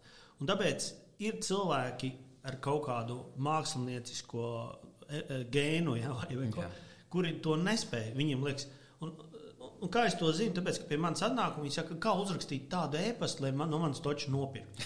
Nav tāda ēpasta. Vai kā sataisīt piedāvājumu, lai nopirkt. Nav tāda piedāvājuma. Un tas, un tad, kad tu apzinies to, ka es mēdzu teikt 9 no 10 nebūs. Tu vari darīt visu, lai 8 no 10 nebūtu un 2 būtu, vai 7 no 10. Tad tu vienkārši palielini varbūtību, un that's it. Un, ja tu esi ar šādu spēju strādāt, tu vari izdarīt. Jo tie cilvēki, kas ir mākslinieki, viņi saka, pārdošana ir uzmākšanās, es nekad nevarētu. Jo viņi redz tikai to atteikumu elementu, jo viņi nespēja akceptēt atteikumu sev. Jo atteikums, viņš ir personīgs. Tu uztver viņu personīgi. Ja no tevis nenopērk, bet tev vajadzēja, es kur tur centos, un tu teici, ka vajag, un kāpēc tu nepērc, un tev iet cauri, un es slikti kaut ko izdarīju, es nemāku varbūt. Nē, tā vienkārši ir. That's life. Un tad, kad tu iemācies šo, tad tu ik viens var būt pārdevējs. Bet ne ik viens var iemācīties tik galā ar šo te atteikumu elementu. Un tā, man liekas, ir tāda īstā lakmus papīrīts, īstais lakmus papīrīts, kas nosaka. Un ja tu nevari tik galā un tu domā, ka neiemācīsies, droši vien tev būs ļoti grūti būt pārdošanā. Nākamais jautājums arī bija par to, kāpēc lielākajai daļai pārdevēju pārdošana nesanāk vai sanāka vidēji, un tu laikam uz viņu arī atbildēji, ka nav tā lakmus papīrīša, tā spēja pieņemt ļoti daudz, tā kā nevis vienkārši daudz, bet ļoti daudz atteikumu savā karjeras laikā, Tas būtu tas galvenais. Ir divas lietas. Viens ir šī spēja pieņemt atteikumus, otrs ir ko tu dari, kad tu saņem atteikumu. Tad, es esmu gimī, es varu saņemt atteikumus. Bet, ja tu saņem atteikumu un tev vairs nav motivācija, tev vairs nav tie asie zobiņi iet pakaļ nākamajam, tev vairs nav tā disciplīna, vai arī tev vaiprātīgas pūles jāpieliek, lai tu zvanītu nākamajam, vai iet. Tu agri vai vēlu vienkārši piekūsti. Tu vienkārši piekūsti to darīt. Tev tik daudz enerģijas vajag saņemties, ka tu vairs negribi to darīt. Ka tas ir smags darbs, pacelt telefonu. Tas nav fiziski smags, tas ir emocionāli smags darbs. Ja? Tas tā kā dienās, kad tu zvani klientiem un visi tev atsaka. Un tas katrs nākamais ir tik grūts emocionāli zvans, bet tie, kas spēj brutāli iet un darīt daudz, kam ir šī disciplīna izdarīt, tie agri vai vēl dabūt to vienu sarunu, kur ir veiksmīga. Un tā ir tā disciplīna, pašdisciplīna, kurai vienkārši ir jābūt. Bet tā disciplīna jebkurā profesijā, sportā, jebkurā profesijā, disciplīna. Un nezaudēt iemaņas, tāpat kā sportā saka, kad zaudē galvā, nevis trasē. Tajā brīdī, kad tu pieņēmi, ka tu zaudēsi sacensības, tu jau zaudēji. Jo tu vairs neriskē, tu vairs nespēji tur kaut kādas lietas, tu nespēji atrast to 0,5% ekstra solīti, ka tev vajag. Ja?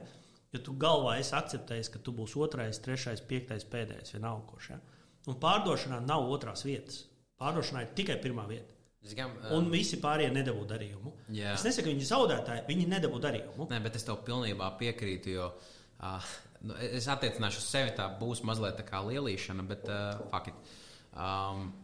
Tagad es eju pie jebkura darījuma, un man ir kaut mazākais hints, ka tas darījums varētu būt grandios, liels. Tas, ko es izdaru, tas varbūt nav baigi labi, bet es sev galvā iestāstu, šis točna būs. Es 100% viņu noslēgšu, un es 100% dabūšu komisiju par šo darījumu. Un es 100% uztaisīšu mūsu uzņēmumu apanam tādu apgrozījumu, kad man iedos pēc tam balvu, kur aizmugurē. Un katrs darījums tāds ir. Es dažreiz uzzvanu Dzudzim, es saku, Dzudzi, tur afigienais Andris Dudzilo, mūsu vadītājs. Tur tik afigiens projekts ir un tā tālāk. Un es zinu, šis būs, nav. Eju nākamais projekts, šis tožs būs, nav. Eju nākamais, tad viens ir. Es jau saku, redzi, es tev teicu, bet tur pirms tam bija 9, kas nesanāca, kurus es tā kā noklusēju mazliet. Bet tā enerģija ar katru ir tāda. Es tev teikšu, jābūt slimīgam optimistam. jā, precīzi. Tādam bišķi nenormālam optimistam. Jā, bet tev arī ir līdzīgi. Tu katrā darījumā plus mīnus ar tādu pašu mindsetu, jā? Jā, vai arī tu laikus ieraugi un ne. Man ir viens izņēmums. Es arī komandai citreiz saku, tu redzi, sēž tev pārdevējs, viņam jāzina, bet viņi jau 5 gadus nepērkas reizes gadā. Tad ir vēl viena lieta, kā es viņiem saku, izdarām tā, piezvani un pārliecinies, ka viņi joprojām nepirks. Jā. Un pēkšņi tam pārdevējam pazūd tā, tu atņem to atteikumu. Viņam viss nav ko zaudēt. Jā. Ja viņam atteiks, viņš tieši to zvanīja uzzināt, ka joprojām nepirks. Jā. Un tad izrādās diezgan bieži, un tad viņš tāds, bet viņi grib tikties, tagad ir gatavi runāt. Un viņš pats par sevi pārsteigts ir, kad tu samazini tās expectations pret sevi, pret to zvanu. Bet tas nevar būt visu laiku. Bet kad tu redzi, ka viss, super sarežģīts tāds jākais. Tas ir tas, kā tu to pēdējo mēģinājumu vēl tomēr no sevis izspied. Ja? Un tas ir tas reverse psychology. Un viņš strādā ritīgi labi. Ja? Bet ikdienā, protams, tev ir jābūt pārliecībai. Tad kāpēc tu zvani viņam, ja tu nezini, ka viņš... Jā, nezvani, pagaidi. Jā. Pēc kādu laiku uzzvani, kad būs pārliecība. Jo to pārliecību var dzirdēt vai var nedzirdēt. Ja? Jā, noteikti. Man tagad ļoti daudz zvanu un rakstu, jo līdz ko tu LinkedInā ieraksti CEO titlu, tur vienkārši tāds no lielgabala visi marketeri visos kanālos. Un viena lieta, ko es esmu iemācījies, es uzreiz rakstu nē. Vienkārši vienu vārdu nē. Tad, tik rūpji tā un tā salti. Jā. Nav laika. Jā. Nē, vienkārši nē. That's it. Es domāju, tev nav laika ar viņiem vairāk runāt. Tev ir citas lietas, kas tev ir jāizdara. Es sākumā es vēl tur, paldies Tom, ka atsūtīji, ko es baigi foršais čālis, bet mums tur cits. Nē. Jo man arī īstenībā, ja es domāju no pārdevēja perspektīvas, man šausmīgi kaitina, kad klienti man velk aiz šitā te. Un es dažreiz viņiem atklāti pajautāju, hei, Klau, mēs esam, manuprāt, nočakarējuši 2-3 nedēļas, un es redzu, ka tu netaisies pirkt. Pasaki man tagad godīgi, man ir jēga turpināt ar tevi strādāt, vai man nav jēgas ar tevi turpināt strādāt. Un tad, kad tu viņiem visus tos lietas atbruņo, viņi saka, īsti nē, tad viņi atklāja īstenībā patieso iemeslu, kas ir bijis. Un es domāju, es ātrāk varēšu to noskaidrot. 2 nedēļas tomēr izčakarēju. Man ir, es saku, ir pēdējā laikā ir tādi, kas reāli apvainojas un rakstu, ko tik ātri. Es tikko nosūtīju ziņu, uzreiz ir nē. Automātiski. Nē. Vai not interested, ja? Un tu pat nezini, par ko es tev... Nē. Tad vai tu iemācies man konkrēti paprasīt tā, lai es tev atbildi, jā? Tāpēc tas offers, tas tev ziņa ir... Pievienotā vērtība tev uztaisījusi, jā. Skaidra, bez tur puķītēm un bumbieriem un vispārējā, ja? Es tur izdarīšu šito. Jā, nē. Viss. Tu esi brīvs, ja? Jā. Un tu vari vēl cīnīties, bet reti kad ir tā. Bet man ir sanācis arī atteikt cilvēkam no draugiem grupas, kurš atsūtīja ziņu, kas izskatījās mārketinga, es tādu, nē. Un pēc tam es domāju, kur es to vārdu uzvārdu esmu dzirdējis? Viņš tur, jā, bet mums tur tā kā vajadzētu tur vēl, no Road Games man sūties tā, domāju, nevajadzēja. Labi, es viņam tur pēc tam uzrakstīju, kas par problēmu. Tāpēc atceries, es tev uzreiz viņš man padomu prasīja, un īstenībā, bet neskaidra tajā ziņā bija. Es, kad arī podkāsta viesus aicinu, labi, es teikšu godīgi, es aicināju tādus vairāk pazīstamus cilvēkus grupai šobrīd, bet man turpinās nākt arī cilvēki, kas nav tik pazīstami. Un tā mana metode, ko es izmantoju, es mēģinu dabūt pirmkārt ieteikumu, kas bija Agnese. Viņa pateica, ka es uzzvanīšu. Tad tev uzreiz automāzāja Agnese, tad uzzvanīs kaut kāds džeks, viņa pazīst viss kārtībā. Un es redzēju pēc profila un Twitter, ka tev ir jāzvana. Tu vienkārši esi cilvēks, kam patīk pa telefonu vairāk. Es tev nerakstītu nekad ēpastu, ja tas būtu pārāk formāli. Un tieši tāds pats veids arī izstāsti konkrēti, kas ir, ko tu gribi, kāds koncepts. Un, mēs toreiz arī vienojāmies. Jo tu man pirms tam nepazini, mēs nebija gājis pie tevis ne uz pārdošanas apmācībām, nekādā veidā, tikai caur Agnesi. Jā, ko tu gribi? Es gribu to, ok. Jā, nē. Jā. Un vēl viena lieta, ko esmu novērojis tieši savā pārdošanā, kas diezgan labi strādā. Man, piemēram, mums diezgan grūti ir uzrunāt augsti tos partnerus, kurus mums jāmeklē, jo ir tāda ļoti specifiska kategorija, ļoti specifiskā nišā, un viņi paši par tevi uzzina caur mārketingu pārstāvjus ļoti liels inbound līdz ienākošo skaits. Bet tas, ko mēs darām, mēs izmantojam dažādas networking stratēģijas ar iekārtu ražotājiem, lai dabūtu tos partnerus pie sevis. Tas ir viens. Bet otrs, es mēģinu vēl joprojām sev, lai man nepazūd tā prasme augstu autrīšu taisīt. Es arī zvanu augstos, lai gan bezjēdzīgi, var teikt, ir mūsu zvanīt. Man liekas, ir viens darījums, kaut kur bišķiņ pabīdies, noslēdzies no augstā zvana, kas neliecina baigi labu spēju par manu spēju pārdot, bet es ļoti daudz e-pastu Cold Outreachā taisu un LinkedIn ziņas arī. Un tas, kas strādā, ko es ievēroju, ka tu aizies uz mājaslapu un tiešām izpēti, kas tam uzņēmumam trūkst, un uzraksti reāli, hei, es izgāju cauri tavai mājaslapai, es redzu, ka jums nav kamera risinājums. Mēs tikko uzbūvējam kameru risinājumu, tev varētu noderēt. Un es redzu, ka tiem e-pastiem, lai gan man viņi neatbild, ir atvēršanas reids liels. Un es varu pateikt, viņi video uzspiež ar manu seju, kur ir. Ziņas, kas man tagad ienāk. Hi, tur Igloo Softplay CEO, tur. Jā. Nezinu, kur man nepasdabūja, labi. I see, I can't find your product on Amazon. Do you need help with that? Right. Tu pat nemeklēji Amazonā. Jā. Jo tad tu man nerakstītu šitādu e-pastu. Tieši tā. Tas ir automātiski, tad tas ir robots. Delete un spam. That's it. Jā. Simple as that. Ja tu atsūti, ok, es apstījos tavus produktus, redz, ka tavu produktu ir dārgākā kategorijā, es redzu, ka tu varētu 1, 2, 3 lietas darīt, un es redzu, ka tu patiešām esi manu produktu apskatījies, tad es tavu e-pastu pārsūtītu tur e-komercijas speciālistam, tas tā ir vai nav? Jā, ok. Viņš saka, jā, tas tā ir. Ok, tad davai sazvanies un parunājies. Palīdzēt, ja? Dod viņiem tādu iespēju. Okay. Tad, ja tas nav legit, ja, es pats, kad LinkedInā ar apgaismojumu industriālo, man bija tā. Tu Lighthouse strādāji, jā. Uzrunāt vajadzēja fondu vadītājus. pirmkārt, viņas nevar dabūt rokā, otrkārt, es viņam vispār neesmu interesants. Es rakstīju, braucu garām tavai ēkai, tādā adresē, es skatos, ka tur nav apgaismojums nomainīts. Kartē redzēju, ka tur ir apmēram tik un tik kvadrātmetri. Pēc mūsu pieredzes mēs tev varētu ietaupīt tur 2000 eiro mēnesī. Reiku ir aprēķins. Kad varam sazvanīties? Konkrēta adrese, konkrēts objekts, konkrēts cipars. Paga investoriem? Jā, īpašniekiem. Pašiem īpašniekiem. Es sapratu, jā. Un viņi tādi, reiku ir čalis, sazvanies, seka no manis. Sazvanies, saka tā, Big Boss teica, ka tev jārunā par apgaismojumu. Tā citu es nenormāli daudz šitā pārdevu.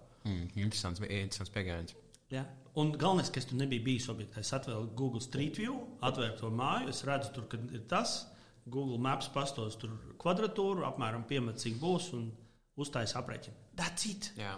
Tas man prasa 10 minūtes, bet tā ziņa ir tik personīga, Jā. ka ir tavs benefits. Ir konkrēti tavs objekts, es apstāju, tas nav random, tur cold ziņa. Ja? Tas ir ļoti precīza ziņa. Es nezinu, es tev sūtīju teikt, Tomas apstājos to bankas kontu, pagājuši mēnesi nopelnīju tur dabūju prēmiju 2600 eiro. Jā. Forši apsveicu, forši alga. Man liekas, ka tu varētu 620 eiro ieguldīt, jo redzot tavus izdevumus, tu vari to atļauties. Un tāds, who the fuck are you? Jā. Bet, tas tā ir, jā. Bet tāds, bet ja tu to visu zini, un tu man saki konkrēti, kas man būtu jādara, un ko es tev varu palīdzēt, tu točno man atbildēsi. Jā, bet galvenais arī ir nevis izdomāt, kas interesē, bet reāli saprast, izanalizēt. Un, kā tu teici, tas aizņēma 10 minūtes, un liela daļa atbildē. Tas nozīmē, ka tā viņiem bija sāpe.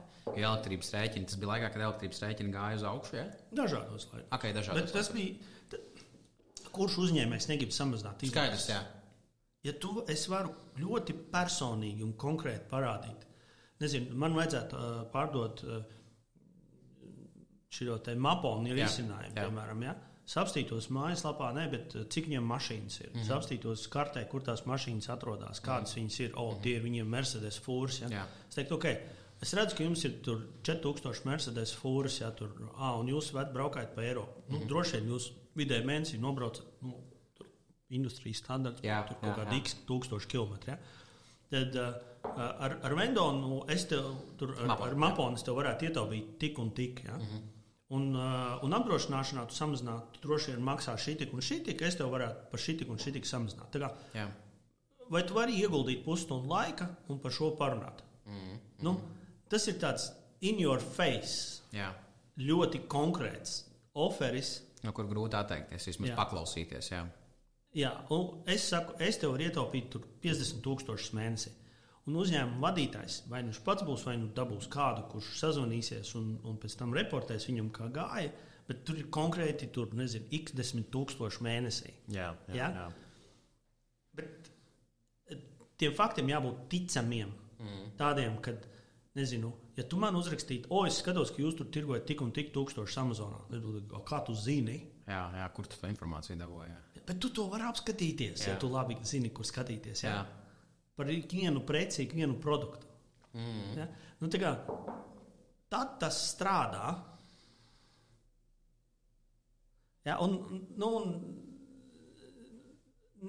Nevajag būt creepy, bet publiskā informācija. Tu vari uzrakstīt, es atļaujos apstīties analītiku, šī ir. Jā, tas arī strādā, ka tu pasaki, kur tu atradi īstenībā baigi laba stratēģija ir. Tā, un tā cita. Ja? Tur tā robeža jāatrod. Okay. Bet tev klausās. Ja? Tu vienkārši random, mēs esam izstrādātāji no Ukrainas. Good for you. So what? Jā. Man ir viena dilemma, par kuru es domāju jau diezgan pasen. Es izlasīju tādu grāmatu Challenge Yourself. Es lasīju viņu? Esmu lasījis un ļoti iesaku. Okay. Un es biju īstenībā šokā par to, ka labs pārdevējs un es gribu piemetināt, es ielikšu arī linku uz to grāmatu, kaut kādu, vai vismaz izgriezumu. Starp citu, LMT straumē ir stundu video no manis par šī grāmatas. Nopietni, super, tad mēs to ieliksim iekšā, uzbūstosim to straumē tavu skatījumu skaitu uz tā grāmatu.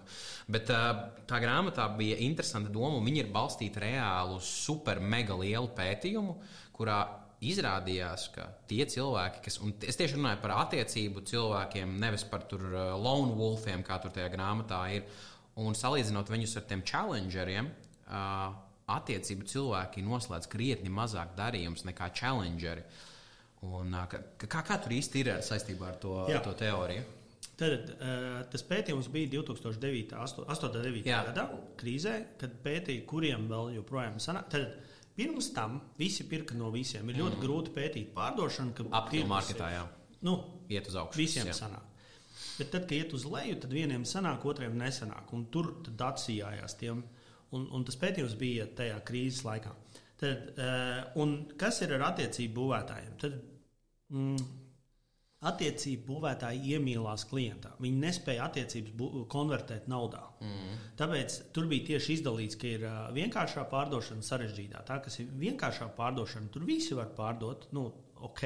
Bet sarežģītā, tātad, kur ir daudz lēmumu pieņēmēji, kur ir garāks pārdošanas cikls, kur ir salīdzinoši liela biznesa izmaiņa klientam. Ja?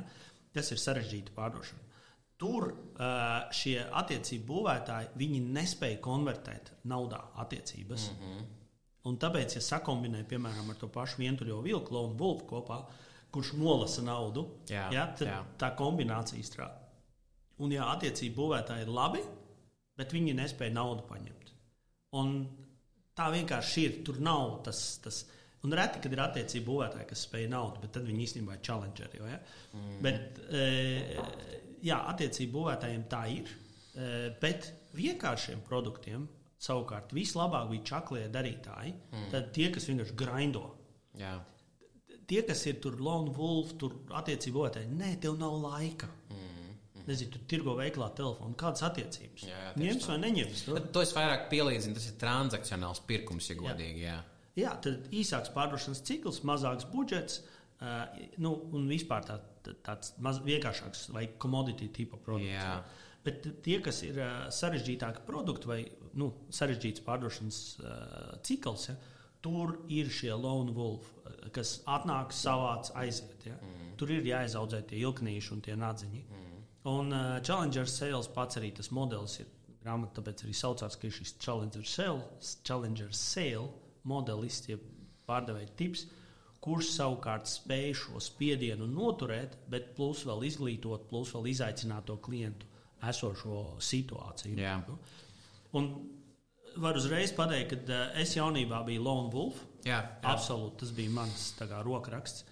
Un karjeras laikā es esmu vairāk kļuvis par Challenger Sale pats. Vienkārši attīstījies laikam ejot. Bet visas iemaņas ir iekšā, bet tas mans galvenais stils ir šis te Challenger. Un viņu ir īstenībā ļoti reti. Es zinu, karjerā vēl kaut kādus vienu noteikti, varbūt divus cilvēkus, kas ir Challenger Sale. Un viņi ir reti. Un viņi arī nespēja kurā katrā vidē performēt. Ja? Es par sevi taisīju to auditu, un man ir tas lone wolf iezīmes, man ir arī kaut kādas attiecību būvētāju tās iezīmes. Vairāk bija tas challenger, un tad es mēģināju saprast, kā es varu būt labāks tas challenger, un saprast, kuras tās īpašības tieši challengeram man pietrūkst vairāk, un tad es tagad tās mēģinu attīstīt. Tur ļoti bieži teikt nē.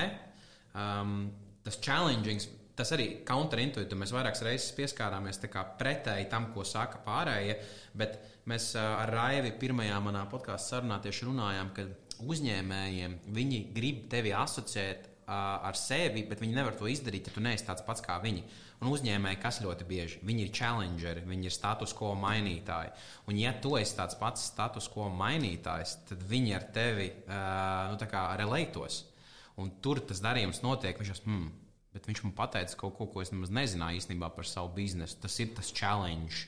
Tu viņam ej pāri, jo tev ir viena alga, zaudēšu to dealu, pofīgi pilnībā, bet es mēģināju viņam palīdzēt. Tas ir counterintuitīvi, to var grūti izdarīt diezgan arī. Es saprotu cilvēkus, kas to nevar izdarīt. Tu nevari aiziet pie uzņēmēja vienkārši un pateikt viņam, ka vecīt, tu nemāki vadīt savu biznesu tā. Ne tādā tiešā tekstā, bet... Un es pateikšu, kāpēc attiecību būvētāji nespēja pārdot. Viņi spēja, bet viņiem ļoti ilgi prasa laiku. Tad, ja man atnāk kāds un saka, vai pasēdēsim, padzersim tēju, man nav laika. Jā. I don't have time for this. Tieši, ko tu gribi no manis? Jā. Ko tu gribi? Jā, Nē, tur ir tēma. Es nolemšu, vai es tērēšu laiku pusdienām. Tu man vari uzsaukt dārgākā restorānā. Man nevajag ēdienu. Tic man, es esmu paēdis. Jā. Bet ko tu gribi? Un pats sliktākais, ka tu kādreiz arī piekrīt kaut kāds draugs bērnības piezvana vai vēl. Un atnāc, un viņš tev selo un tāds izbrauc. Hambegu? MLM? Come on, tā ir parunājumi, kā tev iet un tā, bet šito tā vajag kārtīt, jā. Okay. Un gadās, ka es pavelkos, tāpēc, ka tur, pazīstams cilvēks, patiešām sen viņu neesmu redzējis, bet nē. Bet tā personīgi arī man liktos, es, piemēram, tev uzzvanu, weekend vajag parunāties. Es tev nepazīstu. Es domāju, es tērēšu viņam tagad laiku, viņš noteikti ir aizņemts vadītājs. Tieši? Jā, nē, forši. Nākamo viesu uzaicināšu. Bet tas nav intuitīvi pārdevējiem. Ja tu jūties vainīgs, piezvanīs, tu mēģinās, kā es to tur riņķi apkārt. Ja? Pasēdēsim parunāt. Tev ir laiks pasēdēt, man nav laika. Jā, tieši tā. Bet tev kaut kā tas jāsaprot, ja cilvēks ir uzņēmuma vadītājs, tad viņam nav ar tevi laika runāt. Tāpēc tieši. Un vēl kas ir, man ir diezgan bieži sarunāju to tikšanos, tikšanās piezvanu, nebūs viņa. Es atceļu. Kāpēc? Tāpēc, ka man tajā dienā kaut kas svarīgāks, un man ir jāizvērtē. Un, labi, fakti, es tev izmetu ārā no kalendāra. That's it. Jā. Tas tu mēnesi gaidīji, un dienu iepriekš teici, nebūs. Un tāds, varam pārcelt, nevaram. Jā. Es vienmēr rēķinos ar to, ka pēdējā brīdī var kaut kas notikt un atcelt un neierasties. Un tad jautājums, vai tu biji pietiekami svarīgs tajā brīdī? Jā, neuzbuldoja to vērtību. Okay, parunāsim par tādu mazliet kontroversālu tēmu – augstie zvani. Okay. Kā tev šķiet, augstie zvani ir miruši šobrīd? Nē? Noteikti nē. Viņus vajag zvanīt? Jā. Kāpēc?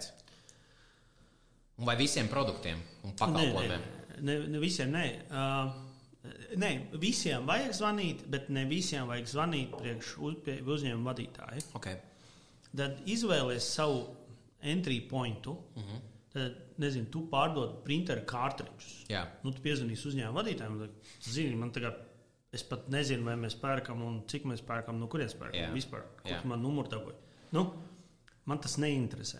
Tu man piezvanīsi par, mēs tā esam tur vendens vai kāds cits, ūdens. Mums ūdens ir, bet jums nav mūsējs. Mums ir ūdens. Ko tu gribi no manis? Jā. Mums ir labāks. I don't care. Literally, I don't care. Tāpēc, ka man neinteresē, ka ūdens nav. Man tad nav nozīmes, kāds ūdens ir. Ja? Viņš nav manā radarā. Tad, kad tu izvēlēsi entry point, tu pasties uzņēmumā, kurš būs vislielākais ieguvējs no tā, ka tas notiks. Jā. Vai tas ir pārdošanas vadītājs, loģistikas vadītājs, ražošanas kaut kāds cilvēks, personāla vadītājs, jurists, sekretāri, whatever. Atrod to cilvēku, kuram tas būs viss lielākais benefits. Un tas ir tavs entry points. Jā. Jo viņš aizies un aiznesīs pie uzņēmuma vadītāja. Reku, man vajag šito. Ja? Šito telefonu mums vajag, vai mums vajag šitādu ražošanas iekārtu vai vēl. Ja? That's it. Un uzņēmuma vadītājiem, ja tu nāc, tad skaties uzņēmuma vadītājiem, kas interesē. Viens. Vai es varēšu nopelnīt vairāk? Vai man pieaugs apgrozījums? Jā. Būtiski. Vai man samazināsies izdevumi? Būtiski. Un nevis tavā izpratnē būtiski, bet manā izpratnē būtiski. Tad, ja man uzņēmumam ir 12 miljonu eiro apgrozījums, vai 13, vai 20, vai 50, tad miljons ir tas, kas man interesē.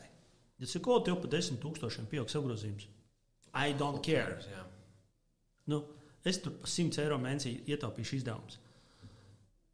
Godīgi 100 eiro dienā es tur plus mīnus varu vienkārši ar vienu zvanu tur. Pat vienu e-pastu es varu samazināt izdevumus par 100 eiro, atrast kādam kaut ko neiedot. Vai ar mazākām galvas sāpēm.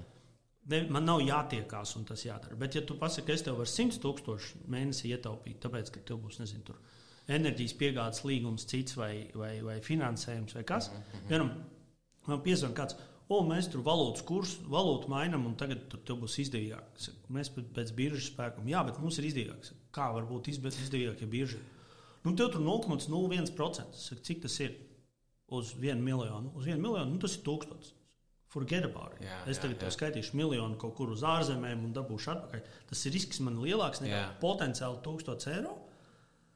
Ja es to varu izdarīt savā bankā, vai? Nebija sapratuši to mērķa auditoriju un kāpēc un kā vai tā pievienot vērtība man īstenībā ir, ja? Un jo tas deals izklausās labāks, būs labāks nekā market value, tad kāpēc tu man piedāvā labāk nekā market value? Exactly. Tas īstenībā izklausās šeit. Tieši tā. Kāpēc tu man pārdos lētāk nekā tu vari pārdot tirgu? Exactly why? Okay. Izvēlēties, tad, kam konkrēti zvanīt.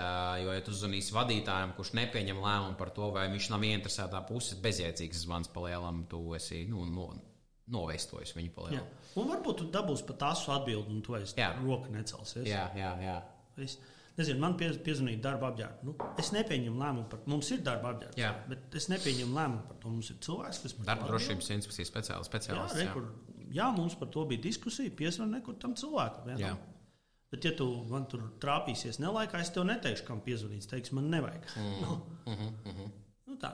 Tas izklausās skarbi, bet padomā, vai tas, ko tu saki, tam cilvēkam ir fundamentāli būtiski. Jā. Vai tas maina uzņēmumu rezultātu kaut kā būtiski? Ja tas ir, tev tas ir būtiski, 1000 eiro mēnesī, bet lielu uzņēmumu vadītājiem tas nav būtiski. Tas ir tas, kas ir jāsaprot, vai tas ir vajadzīgs. Ja? Bet kaut kādam darbiniekam rūpnīcā, tajā pašā rūpnīcā, ir tas svarīgi. Jā. Un tajā augstajā zvanā tu vēl joprojām visticamāk pieturētos pie skripta, tas ir skaidrs, bet skriptam viņam noteikti ir jābūt tādam ļoti autentiskam, dzīvam. Vai tu pats zvanītu pēc skripta arī augsto zvanu? Ja? Nē, es nekad ne pēc skripta. Tā nav kaut kāda tā kā bullet point, ko tev jāpasaka, kas mēs tajā sarunā. Tad tu negatavotos augstiem zvanam vispār. Gatavojies, protams. Es esmu daudz darījis un man ir pieredze. Jā. Un man tas, es tu skriptu no galvas varu pateikt. Es piezvanītu, es konkrēti paprasītu tev, ko es no tevis gribu. Okay. Jā, es teiktu, sveiks, zvana Vīgants, gribu apsēsties. Tad zvanu sarunāt tikšanos. Jā. Tikšanos par to, kā mēs tur varam samazināt tev elektrības rēķinu par 20%. Konkrēti tajā adresē, ar vāciešu tur ielā. Jo es tur izpētīju to un to, tur izpētīju jūsu kvadratūru. Kad tev ir laiks? Man laika nav. Okay. Kurš tavā uzņēmumā, kuram tu uzticēsi pieņemt šo lēmumu? Jā. Ja tu pats kuram tu uzticēsi? Tad ja tu Pēters vai Andris vai Kārlis, super. Var iedot man Kārļa numuru, es viņam piezvanīšu un pēc tam atsūtīšu tev aprēķinu konkrēti jau pa dīlu. Cool. Tā saruna ir tik bruta. Viņi ir pieklājīgi. Nav tik varbūt. Tieši, bet tā arī uzņēmējiem patīk ļoti bieži. Ko tu gribi no manis? Kāds man no tā labums? Precīzi. Un tad ir tādi uzņēmēji, kas ir bišķi mīksti. Tad, es tur gribu satikties, parunāties vēl. Viņš tur iztērēs laiku, iepazīsies. Beigās, zini, mēs paši aizbrauksim, tur nopirksim lampiņas un būs tur. Jā, bet tā ir pazīme īstenībā tam, ka viņš baigi raujās, tad varētu arī nebūt. Es esmu stopkrānu norāvis sarunātāju tikšanai, kur tu redzi, bieži diezgan to dara, visticamāk, Jā, viņš man nesaka, piemēram, es saku, jūs tur, pēdējo reizi pa apgaismojumu zvanīt, tagad man varbūt iglu nevajag zvanīt. Tur viņš savādāk ir, e-komercija, bet par apgaismojumu es pats personīgi zvanīju, un tieši tā tu arī runā. Viņš saka, es tur plānoju šogad mainīt, bet līdz šim mēs paši mainījām. Saka, drīkst zināt, kur jūs pērkat. Mēs pērkam tur. Saka, mūsēs būs 3 reizes dārgāk. Tavuprāt, ir jēga mums satikties. Bet mēs garantējam 7 gadi, un ja kas es uzkāpšu, atsūtīšu džeku, kas uzkāps nogaidīs spuldzi. Jā, ir vērts. Tad viņš ir akceptējis faktu, ka būs dārgāk. Jā. Apmaiņā pret kaut ko, bet tā saruna ir tieši tāda. Kontroversāli arī parasti saka, ka cenu līdz pēdējiem vajag novilkt, bet ir situācijas, kad tu upfront ar cenu aizēji, pasaki, tu vari sev ietaupīt tik daudz laika. Tas ir... Bet, protams, ir bijuši tikšanās, kur tu satiecies, un tur pēc tam tāpat nekas nesaka. Skaidrs, jā, mēs nevaram no tā izbeigt. Tas ir par tiem atteikumiem. Jā, tu vari gribēt būt perfekts, padās kaut kādu pusi vairāk tev tiks out, pat izcilākajiem pārdevējiem. Jā.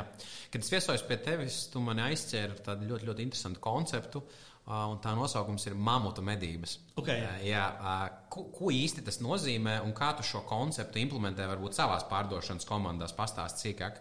Jā. Mums ir, man ir 2 pārdošanas komandas. Jā. Katra pārdod savu produktu savā tirgu, pilnīgi dažādi, pilnīgi neatkarīgas. Viena pārdod iglu. Jā. Iglu ir e-komercija, pārsvarā tur ir bišķi savādāk. Otra ir Pepi. Pepi ir industriālie produkti, kur ir klasiskā B2B pārdošana. Jā. Ikvienam. Mums ir Slack kanāls, saucās Mamuts vārdā Pepi. Jā, un viņam ir brālēni un māsīcas, kas dzīvo Eiropā, kuras mēs vēl nepazīstam. Bet viņi arī ir mamuti. Tad, kas ir mamuts? Mamuts ir lielākais, briesmīgākais un vēl neredzētākais no potenciāliem klientiem, kas tur ārā ir. Jā. Viņam var būt ilkņi, viņš var būt liels, viņš var būt maziņš, bet mēs nezinām vēl. Mums ir jānoskaidro. Tas ir kaut kas, ko viens tu toču nedabūs rokā, bet vajag aizsūtīt izlūkus, atrast tos mamutus un zināt, viņš tur ir. Tad mēs kopā nolēmjam, kā mēs viņu dabūsim, kas ir vajadzīgs, lai to mamutu pievilinātu. Mamutu medības ir tāds tā kā caur bišķi ironiju, caur spēli, ejam pakaļ lielākajiem potenciāliem klientiem ever, ko mēs varam aizsniegt saprātīgi. Ja? Un lielākie, ko mēs varam apkalpot. Ja? Tu negribēji, nezinu, mēs tur Dodžam tagad tirgosim uz Ameriku, General Motors, netirgosim. Let's be serious. Nav jaudas tam, Nav ne jaudas, ne arī uz Ameriku mēs varam aizvest to industriālo iepakojumu. Tur ir citi ierobežojumi. Bet tur ir pietiekami daudz mamutu Eiropā. Ja, un Baltijā un vēl. Un tad ir industrijas. Ja, un tad mums ir saraksts ar mamutiem vienā industrijā, otrā, trešā, ceturtā.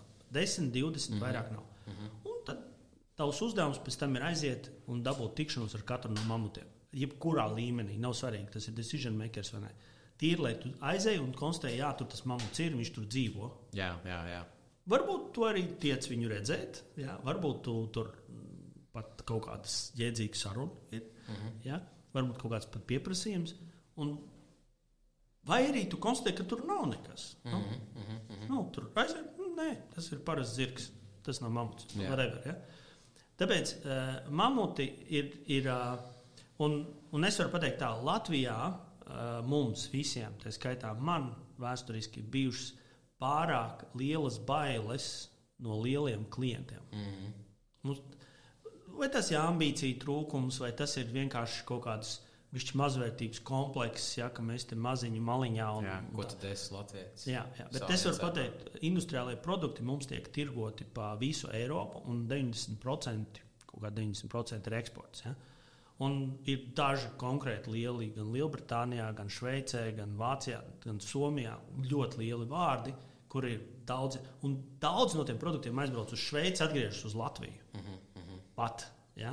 Okay. Tad, un tie ir tie mamuti, tie ir tie lielie klienti, kur tu, kad tu tiec iekšā, viņš tur drīzāk uztraucies, vai tu tiksi galā ar to apjomu, vai tu apēdīsi to mamutu.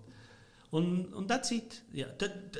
tas mamutu medības ir tiem, kuri ir jau palieli uzņēmumi, kuri var viņu dabūt rokā, nogāzt un sadalīt.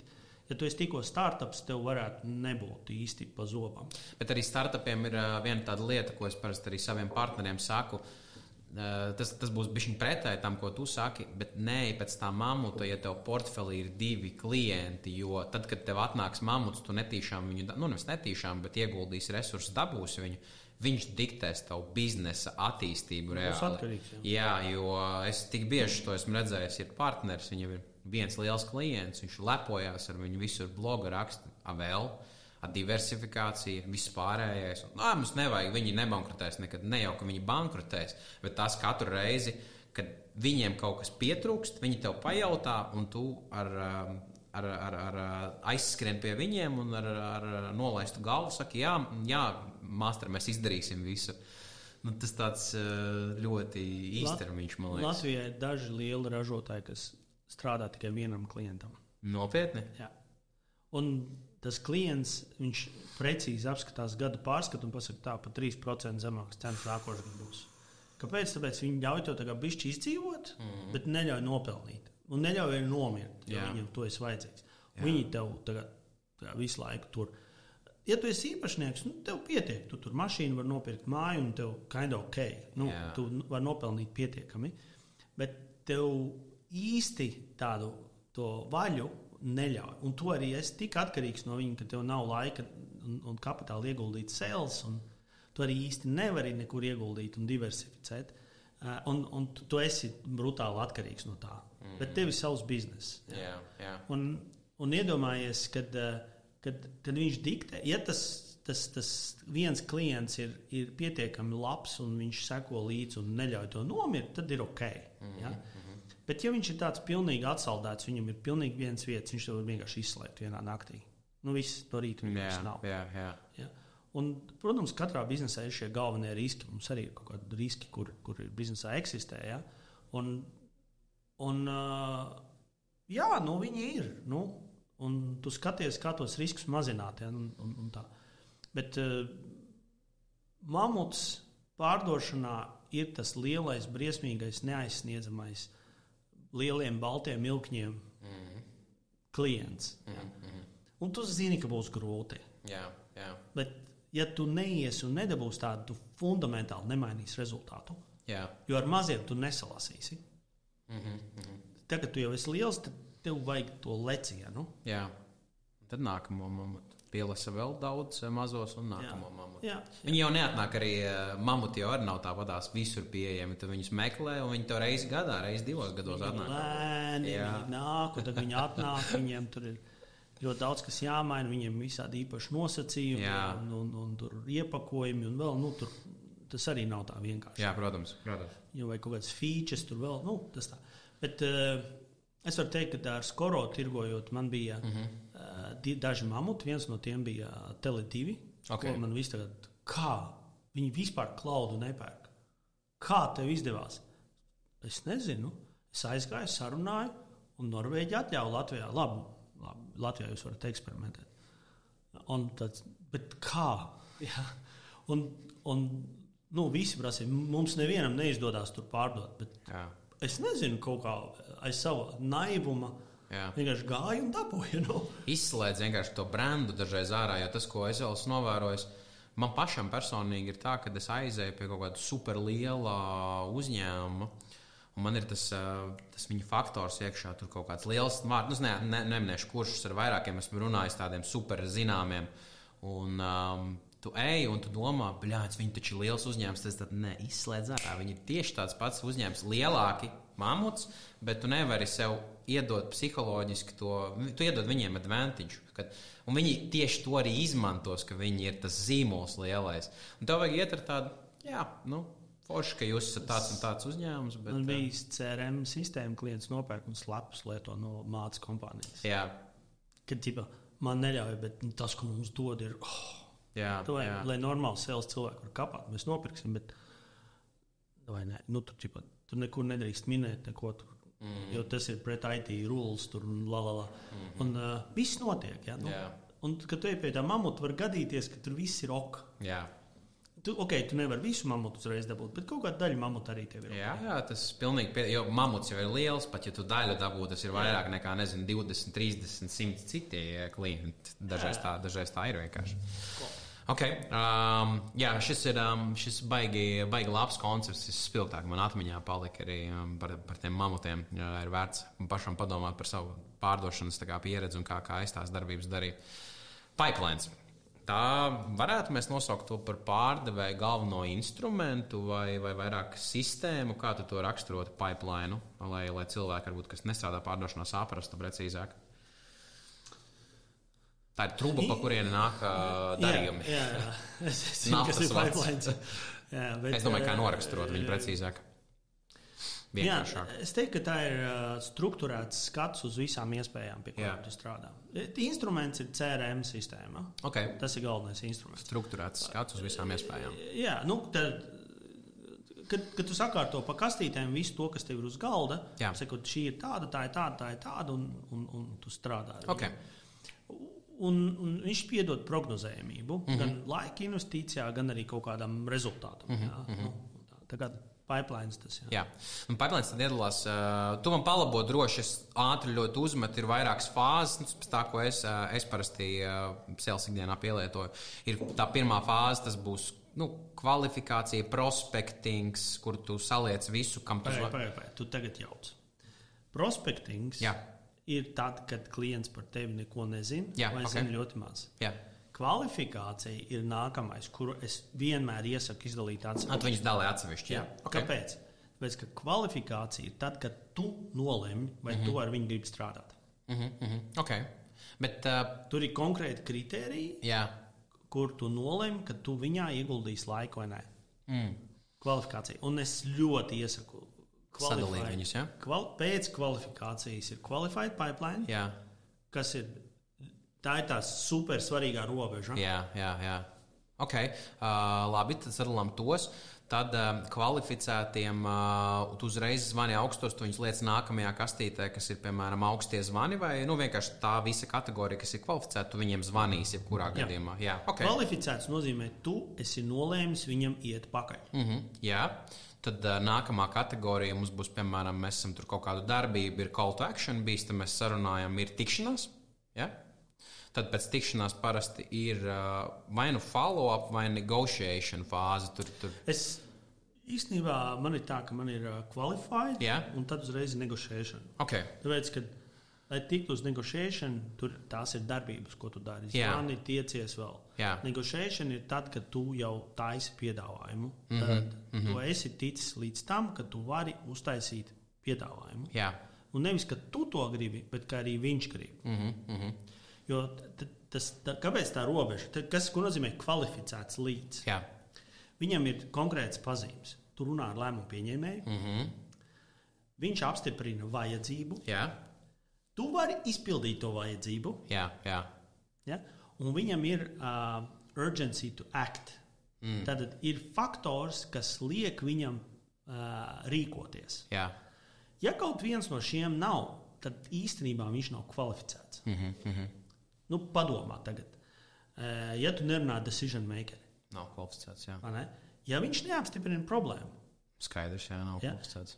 Ok, tu runā decision maker, viņš apstiprina problēmu, bet tu nevari izpildīt. Jā, arī nav kvalificēts. Ok, tu runā decision maker, viņš apstiprina problēmu, bet viņam nav nekāda reizena rīkoties. Viņš tev izvilks tik gari, cik iespējams. Pēdējo ir budžets. Bet tas ir pēdējais, un viņš var nebūt. Bet stiepts jēdziens budžets, ļoti bieži. Bet ir produkti, kur tu, piemēram, dārgs produkts, tu gribi laiku zināt, vai viņš var vai nevar atļauties. Ja tev ir ļoti premium produkts. Bet tas budžets, es teiktu, ir pēdējais, un es kvalificētu arī ar 4. Jā, labi, bet tur ir vēl pēdējās 2 fāzes, ko, man liekas, ir diezgan svarīgi ielikt win un lost, vinnēts darījums un zaudēts. Jo pēc tam zaudētiem, kuri tajā brīdī tu esi viņus kinda zaudējis, tu viņiem uzzvani ik pa laikam, tā kā tu teici. Tātad viņš nav lost. Viņš ir frozen. Cits status ir frozen. Lost ir tad, kad ir lost. Bet tu vari tā ielikt reāli tajā kategorijā? Jā. Viņš konkurentu risinājumu nopirka. Uzstādīja, it's lost. Ja tu zini, ka viņš pēc gada vai 2 atgriezīsies, it's lost. Tāpatās, jā? Varbūtība, ka viņš ieguldīs vēl vienreiz, ir ļoti niecīga. Arī ja tad tu zini, ka tas risinājums, ko viņš izvēlējās, ir diezgan sūdīgs? Jā, bet tas nozīmē, ka jābūt kaut kādam aspektam, kāpēc lai tu viņu rekvalificētu. Es sapratu, jā. Mainās vadītājs, mainās viņu uzņēmuma grupa, viņiem cits standarts. Tur jābūt kaut kādam baigam triggerim. Sapratu, jā. Ja? Jo pirmkārt, viņiem ir šis Stokholmas sindroms. Es esmu pieņēmis lēmumu, viņš ir slikts, bet es esmu viņu pieņēmis. And I will stick with that. Ja? Man kādreiz es bankām tirgoju serverus, IBM-ā, un tad man Rietumu bankā tur bija tāds IT vadītājs. Es viņam atnāku un saku, rekomendēju šitāds servers, viens IBM, tur neliels, un viņš var izdarīt to, ko tie 2 rēki tev. Viņš saka, es šos rekus 2 miljonu nopirku pirms gada. Kā domāju, es uz valdu aiziešu un teikšu, par 20,000 es varu izdarīt to, ko tie 2? Jā. viņš tiks atlaists lieliski. Ne par to viņš saka, es nevaru to ziņu Jā, es ticu, es zinu, ka var izdarīt. Jā. Bet es to nedrīkstu viņiem teikt. Okay, to mēs liktu kā lost kategorijā zaudēts. Viņš ir lost. Viņš saka, tad, kad man tie būs novecojuši, tad mēs varam runāt. Jā. Un tu vari uzlikt viņam tajā lost statusa atgādinājumu pēc 3-4 gadiem, ja tu vēl strādās, tur uzzvanīt, vienkārši apjautāties, kā iet. Mēs visus pārējos serverus nokonsultējam, bet tie divi viņi bija citā krāsā. Tad centrā viņš pats teica, ka reizē garām tā man ir atgādinājums par to, ka I made a mistake. Jā. Bet tā kļūda maksāja, tā nauda jau ir iztērēta. That's it. It's done. Jā. Viņi nevar viņu atcelt. Jā, man ir bijis, ka es atnāku uz tikšanos, viņiem uz galda ir konkurenta līgums, kurš jāparaksta, un es to dealu izrauju, kā saka, no zobiem, kamēr vēl paraksts tur nav. Bet tas ir tāds ļoti.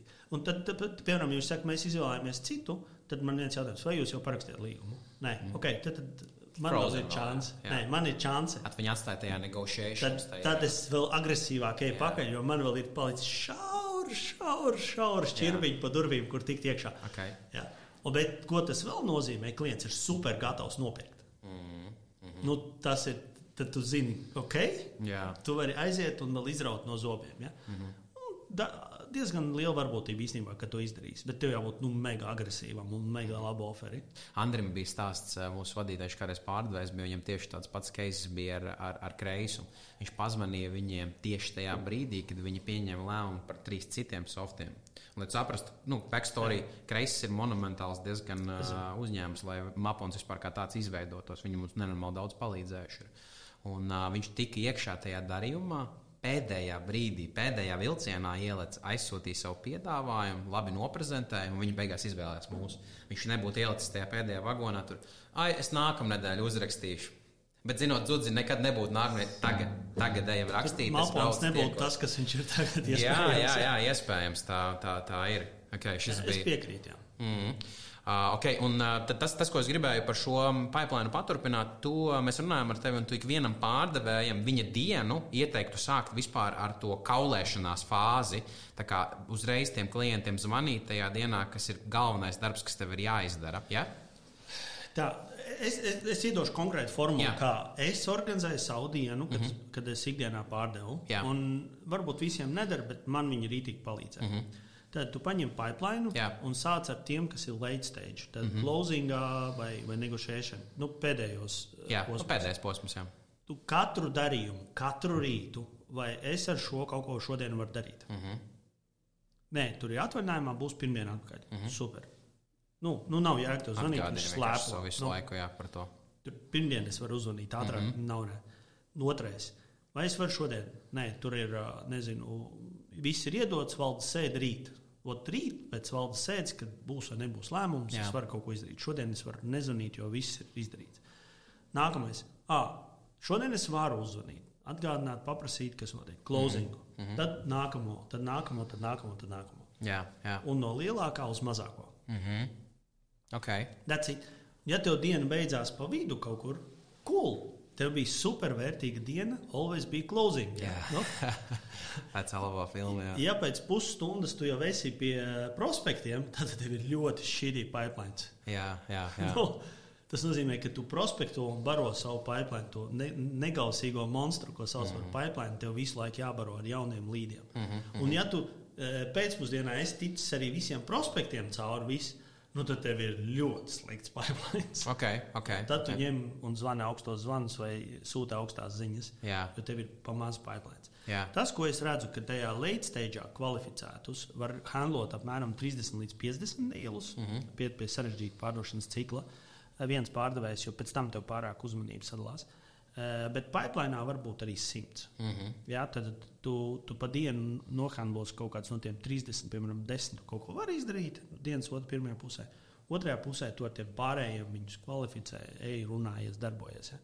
Un vakarā tad, meklē 2, 3, 4, 5 jaunus potenciālos. Tad, kad arī tu esi īstenībā visu savu visefektīvāko resursu iztērējis, tu pārslēdzies uz to, kas tev vismazāk naudas ienes relatīvi. Kas ir vis tālāk, tam ir šobrīd vēl mazāk varbūtība. Bet pats sliktākais, ka tā ir cold call, bet tev reāli ir closingā, tu neizdari. Jā, to nedrīkst darīt. Tāpēc katru dienu vēlreiz paskaties, ko es varu šodien izdarīt. Aha, nu viņš domā, ok, bet es zinu, kā tikko ienāca jauna ziņa man, es viņam aizsūtīšu vēl on top of that, kur ir jauns, mums tieši jauns softs nāks, jauna versija ārā, varbūt palīdz jums pieņemt lēmumu. Nekad nezinu, varbūt tas tieši to darīja un palīdzēs noslēgt. Drip e-pasta aizsūt. Jā. Nevajag katru dienu, bet ja tev ir ko pateikt, tur on top of that. Ja? Un tādā veidā tu bet virzies no closing uz atpakaļ. Tas kā es to daru. Jā.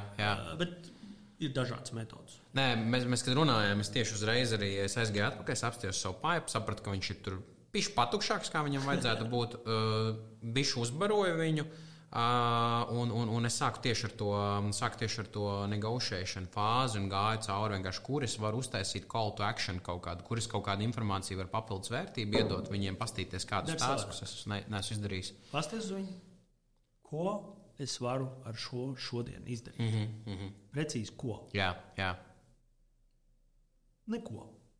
And that's totally fine. Tu apzināti pasaki lēmumu, ka šodien ar šo darījumu es neko nedarīšu, jo ir kaut kāds iemesls, kāpēc tu nevari. That's it. Viss. Jā, šis ļoti labs ieteikums ir.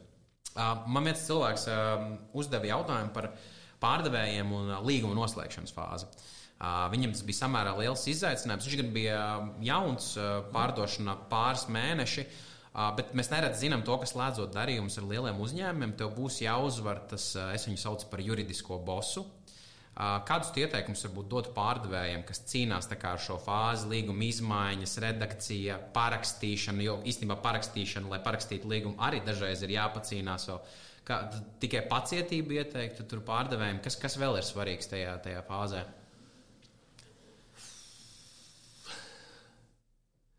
Atceries, juristi atpelna savu algu. Jā.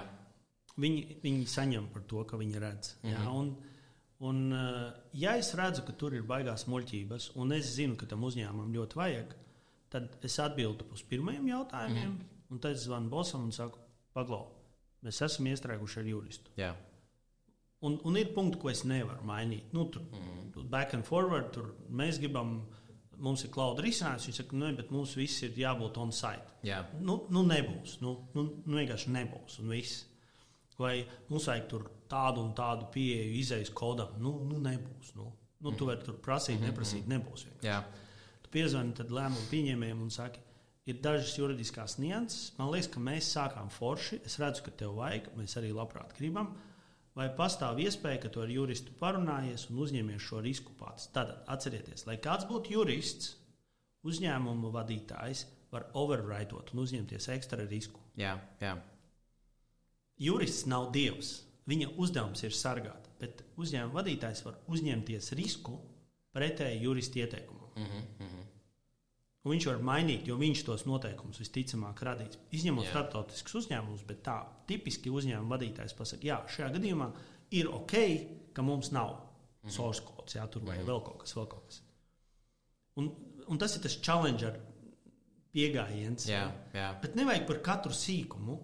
Tur jurists saka, mums visam ir 45 dienas norēķini. Un tev 30, un es nevaru iedot vairāk. Tu juristi var diskutēt, nediskutēt. Viņam pateiks 45 dienas un viss. Viņš nelaidīs vaļā. Jā, atcerieties, ka aizmugurē vienmēr ir tas lēmumu pieņēmējs, un viņš var overwritot. Viņš var overwritot, jā. Un viņš piezvanīs juristam un teiks, ok, davai akceptējam šitos 2 punktus. Vai arī sūti juristam apakaļ un teikt, reku šito piekāpjos, bet šiem 2 nevaram. Jā. Vai jums kā uzņēmumam ir ok, ka šie 2 punkti paliek? Un that's it. Un pieliec CC CEO. Jā. Bez tam viņam uzvan, ja tur jurists vēl apakaļ. Vai nu tev tas CEO pateiks, kāpēc viņš nevar? Tur var gadīties, ka ir kaut kādas patiešām legit lietas, ko viņš nevar izdarīt. Man šobrīd grūti iedomāties, bet varētu būt kaut kāds. Es nezinu, viņš ir vācu uzņēmums un visām iekārtām jābūt atslēgtām no tīkla. Mums bija tāds viens klients, kurš vācu ražošanas uzņēmums, un tur vienkārši nedrīkst būt pieslēgums tīklam. Un tad tie ir tādi pilnīgi rakstīti, hardline noteikumi, that's it. Jā, tas nav maināms. Ja? Un viņš tev pastāsta, viņš saka, sorry, ja tu vari Vācijā man headquarter pārliecināt, tad mums ir saruna, bet visādi citādi nē. Un tad tu atrod workaround, kā būtu, ja jums ir switch kaut kāds, ka jūs ieslēdzat, tad, kad mums vajag pieslēgties, un izslēdzat, tad, kad, izrauju vadu fiziski no sienas ārā, ja? That works, ja? Un, tu mēģini risināt kaut kā, bet tu nevari, piemēram, šo risinājumu pārdot, ja tev nav tā pieeja, tad, kad tev vajag, ja? Pieņemsim. Okay. Man pašam bijušas diezgan liels problēmas ar prokrastināciju darba laikā. Esmu bijis arī pats tuvu izdegšanas robežai. Un kāpēc tā prokrastinācija ar izdegšanu robežojās? Jo prokrastinē, kad tev nav mērķi un tu izdedz arī, kad tev ir nepareizais motivators apakšā, manuprāt. Tu vispār tādai izdegšanai kā tādai tici esi saskāries ar to vai? Jā. Es arī pavisam nesen sajūtu, kad es esmu tuvu izdegšanai. Jā. Es esmu mācījies emocionālo inteliģenci. Un kad viena no emocionālās inteliģences dimensijām ir self-awareness, kad tu sajūti sevi, sajūti, kā tu jūties, bet īstenībā lielākais, ka tu spēj identificēt, no kurienes nāk šī nepatīkamā sajūta. Tas diezgan daudz prasa laika darbā ar sevi. Tad, kas ir izdegšana? Izdegšana, ka tev ir trūkst motivācijas. Es tev saku, ej nokrāso sienu. Jā. Tu šausmīgi negribi. Tad tu ieskaties spogulī un domā, kāpēc es negribu? Vai tāpēc, ka tas darbs nepatīk, vai forma kādā vīgans pateica, ka tas ir jādara, vai tā vieta man nepatīk. Kas ir tas elements, kas tev nepatīk tajā, kas tev visgrūtāk pārkāpt. Ja? Jā. Un tad, kad tu identificē to elementu, tas var būt kaut kāds kolēģis, tas var būt kaut kāda vieta fiziski, kur tu strādā, ja? Tas var būt kaut kāda sistēma, tur vēl. Tad vai tu iemācies ar to, jo tad tu zini, ka tas tev nepatīk, tu to aizēji, izdari, vai arī, ja vari, tu apēji viņai riņķi un nedari tā. Ja tas ir cilvēks, piemēram, vadītājs, ja, tu arī vari mainīt. Man tagadējā darbā ir tā, ka bija brīdis, kad es jūtos ļoti slikti, ja, un arī es tur piezvanīju investoriem un teicu, paglau, it's not gonna work like that. Tur ir lietas, kas nav ok, jo es konstatēju, ka tur ir konkrētas lietas, kas nav motivācija to darīt. Jā. Un tad, kad tu priekš sevis to atzīsti un aizies, saki, tāda reku ir risinājums, ko mēs varam darīt. Tu nevar vienkārši žēloties, tur otu pa mazu. Bet cik daram tā, es nopirkšu citu otu un es darīšu vakaros, kad neviena nav, kad neviens man garām neiet un nemāc, kā tur tieši pinzelēt. Jo tās ir divas lietas, kas man demotivē to darīt. Vai tas ir ok? Ja? Un tad tu atrodi to savu, bet svarīgākais ir atrast, kas tieši ir tas, kas prokrastinācijā tev traucē vai ne. Un tas var būt gan tev vienkārši tas darbs nepatīk, tas var būt, ka tas cilvēks, kaut kāda iekārta, vieta, vide, monitors, klienti, tirgus, produkts. Tu nezini, tev jātirgo kaut kāds produkts, kam tu netici. Tu tirgo, bet tas mēslu tirgoja. Jā. Un tad vai nu saki, man vajag ticību šim produktam. Kā es varu dabūt ticību? Un tad tu vai nu mentoru atrodi vai tā. Es to atrisināju, tāpēc, ka man fantastiski mentors ir, mentore, sieviete, Baiba Rubesa, kas vienkārši palīdzēja salikt pa plauktiņiem un tā, paglau, get your shit together, un šito tu vari tā atrisināt, man ir pieredze. Un es tāds, jā. Un vēl daži citi cilvēki, kam es zināju, piezvanīt, paprasīt viedokli, kā šo. Tu vienkārši proaktīvi meklē, jo tu nezini, tev nesanāk, vai tev nepatīk. Un tad tev salasās kaut kāds kopums, un tad tu vari runāt, es ar to dīlošu šādi. Ja, un tad tu to atrisini. Vai nu atrisini, kaut kādu laiku atrisini, tad tas varbūt atkal atgriežās vai vēl, bet tad tu zini, kas ir. Vienam daudz gadus man šausmīgi griebās dokumentus un atskaites rakstīt. Bet es sapratu, ka karjerā tu nevari bez tā. Jā. Un tad, ko es izdomāju, es sapratu, ka es to varu izdarīt tad, kad es esmu viens pats, ka man ir hudijs virsū, tāds tā kā programmētājs. Austiņas, man ir mūzika, man ir monitors, un es esmu tikai tur iekšā. Jā. un tas ir, 6 vakarā līdz 10 vakarā. Es apsēžos un es 4 stundās izdaru visu to. That's it done. Grāmatvedības papīra, atskaites, tur vēl. Un tagad man arī joprojām tas ir, bet es reizi nedēļā pilnīgi tā kā psihs sēžu ar hūdiju, ar austiņām, vienkārši brutāli kapāju dokumentus. Un tad, kad tu esi tajā flowā, tu viņu izdari, un that's it. Ja man kāds nāk, tur birojā, viņi tu tā dīvaini izskaties. Jā, man vajadzēja izdarīt. Ja? Tu atrod to flow, jo ir darbi, kas tev ir vienkārši jāizdara. Ir jāizdara. Un that's it. Tu vienkārši atrod veidu, kā to darīt. Bet viņi parasti ir kaut kāda maza daļiņa no tā pārējā. Bet tu to neizdarot, netiec pie tā cita. Jā. Man liekas, ir ļoti, ļoti tāda sarežģīta tēma, par kuru runāt, jo par viņu, man liekas, ka tagad jau vairāk runā, bet ir ļoti grūti, kā tu teici, tur tas emocionālās inteliģences aspekts nāk klāt. Un ir ļoti grūti reflektēt par sevi, esot sevi iekšā. Tas ir, man liekas, tad ļoti, ļoti sarežģīts skills, ko iemācīties. Īstenībā nav. Nav tik sarežģīti. 2 minūtes es tev uzreiz pateikšu, kā.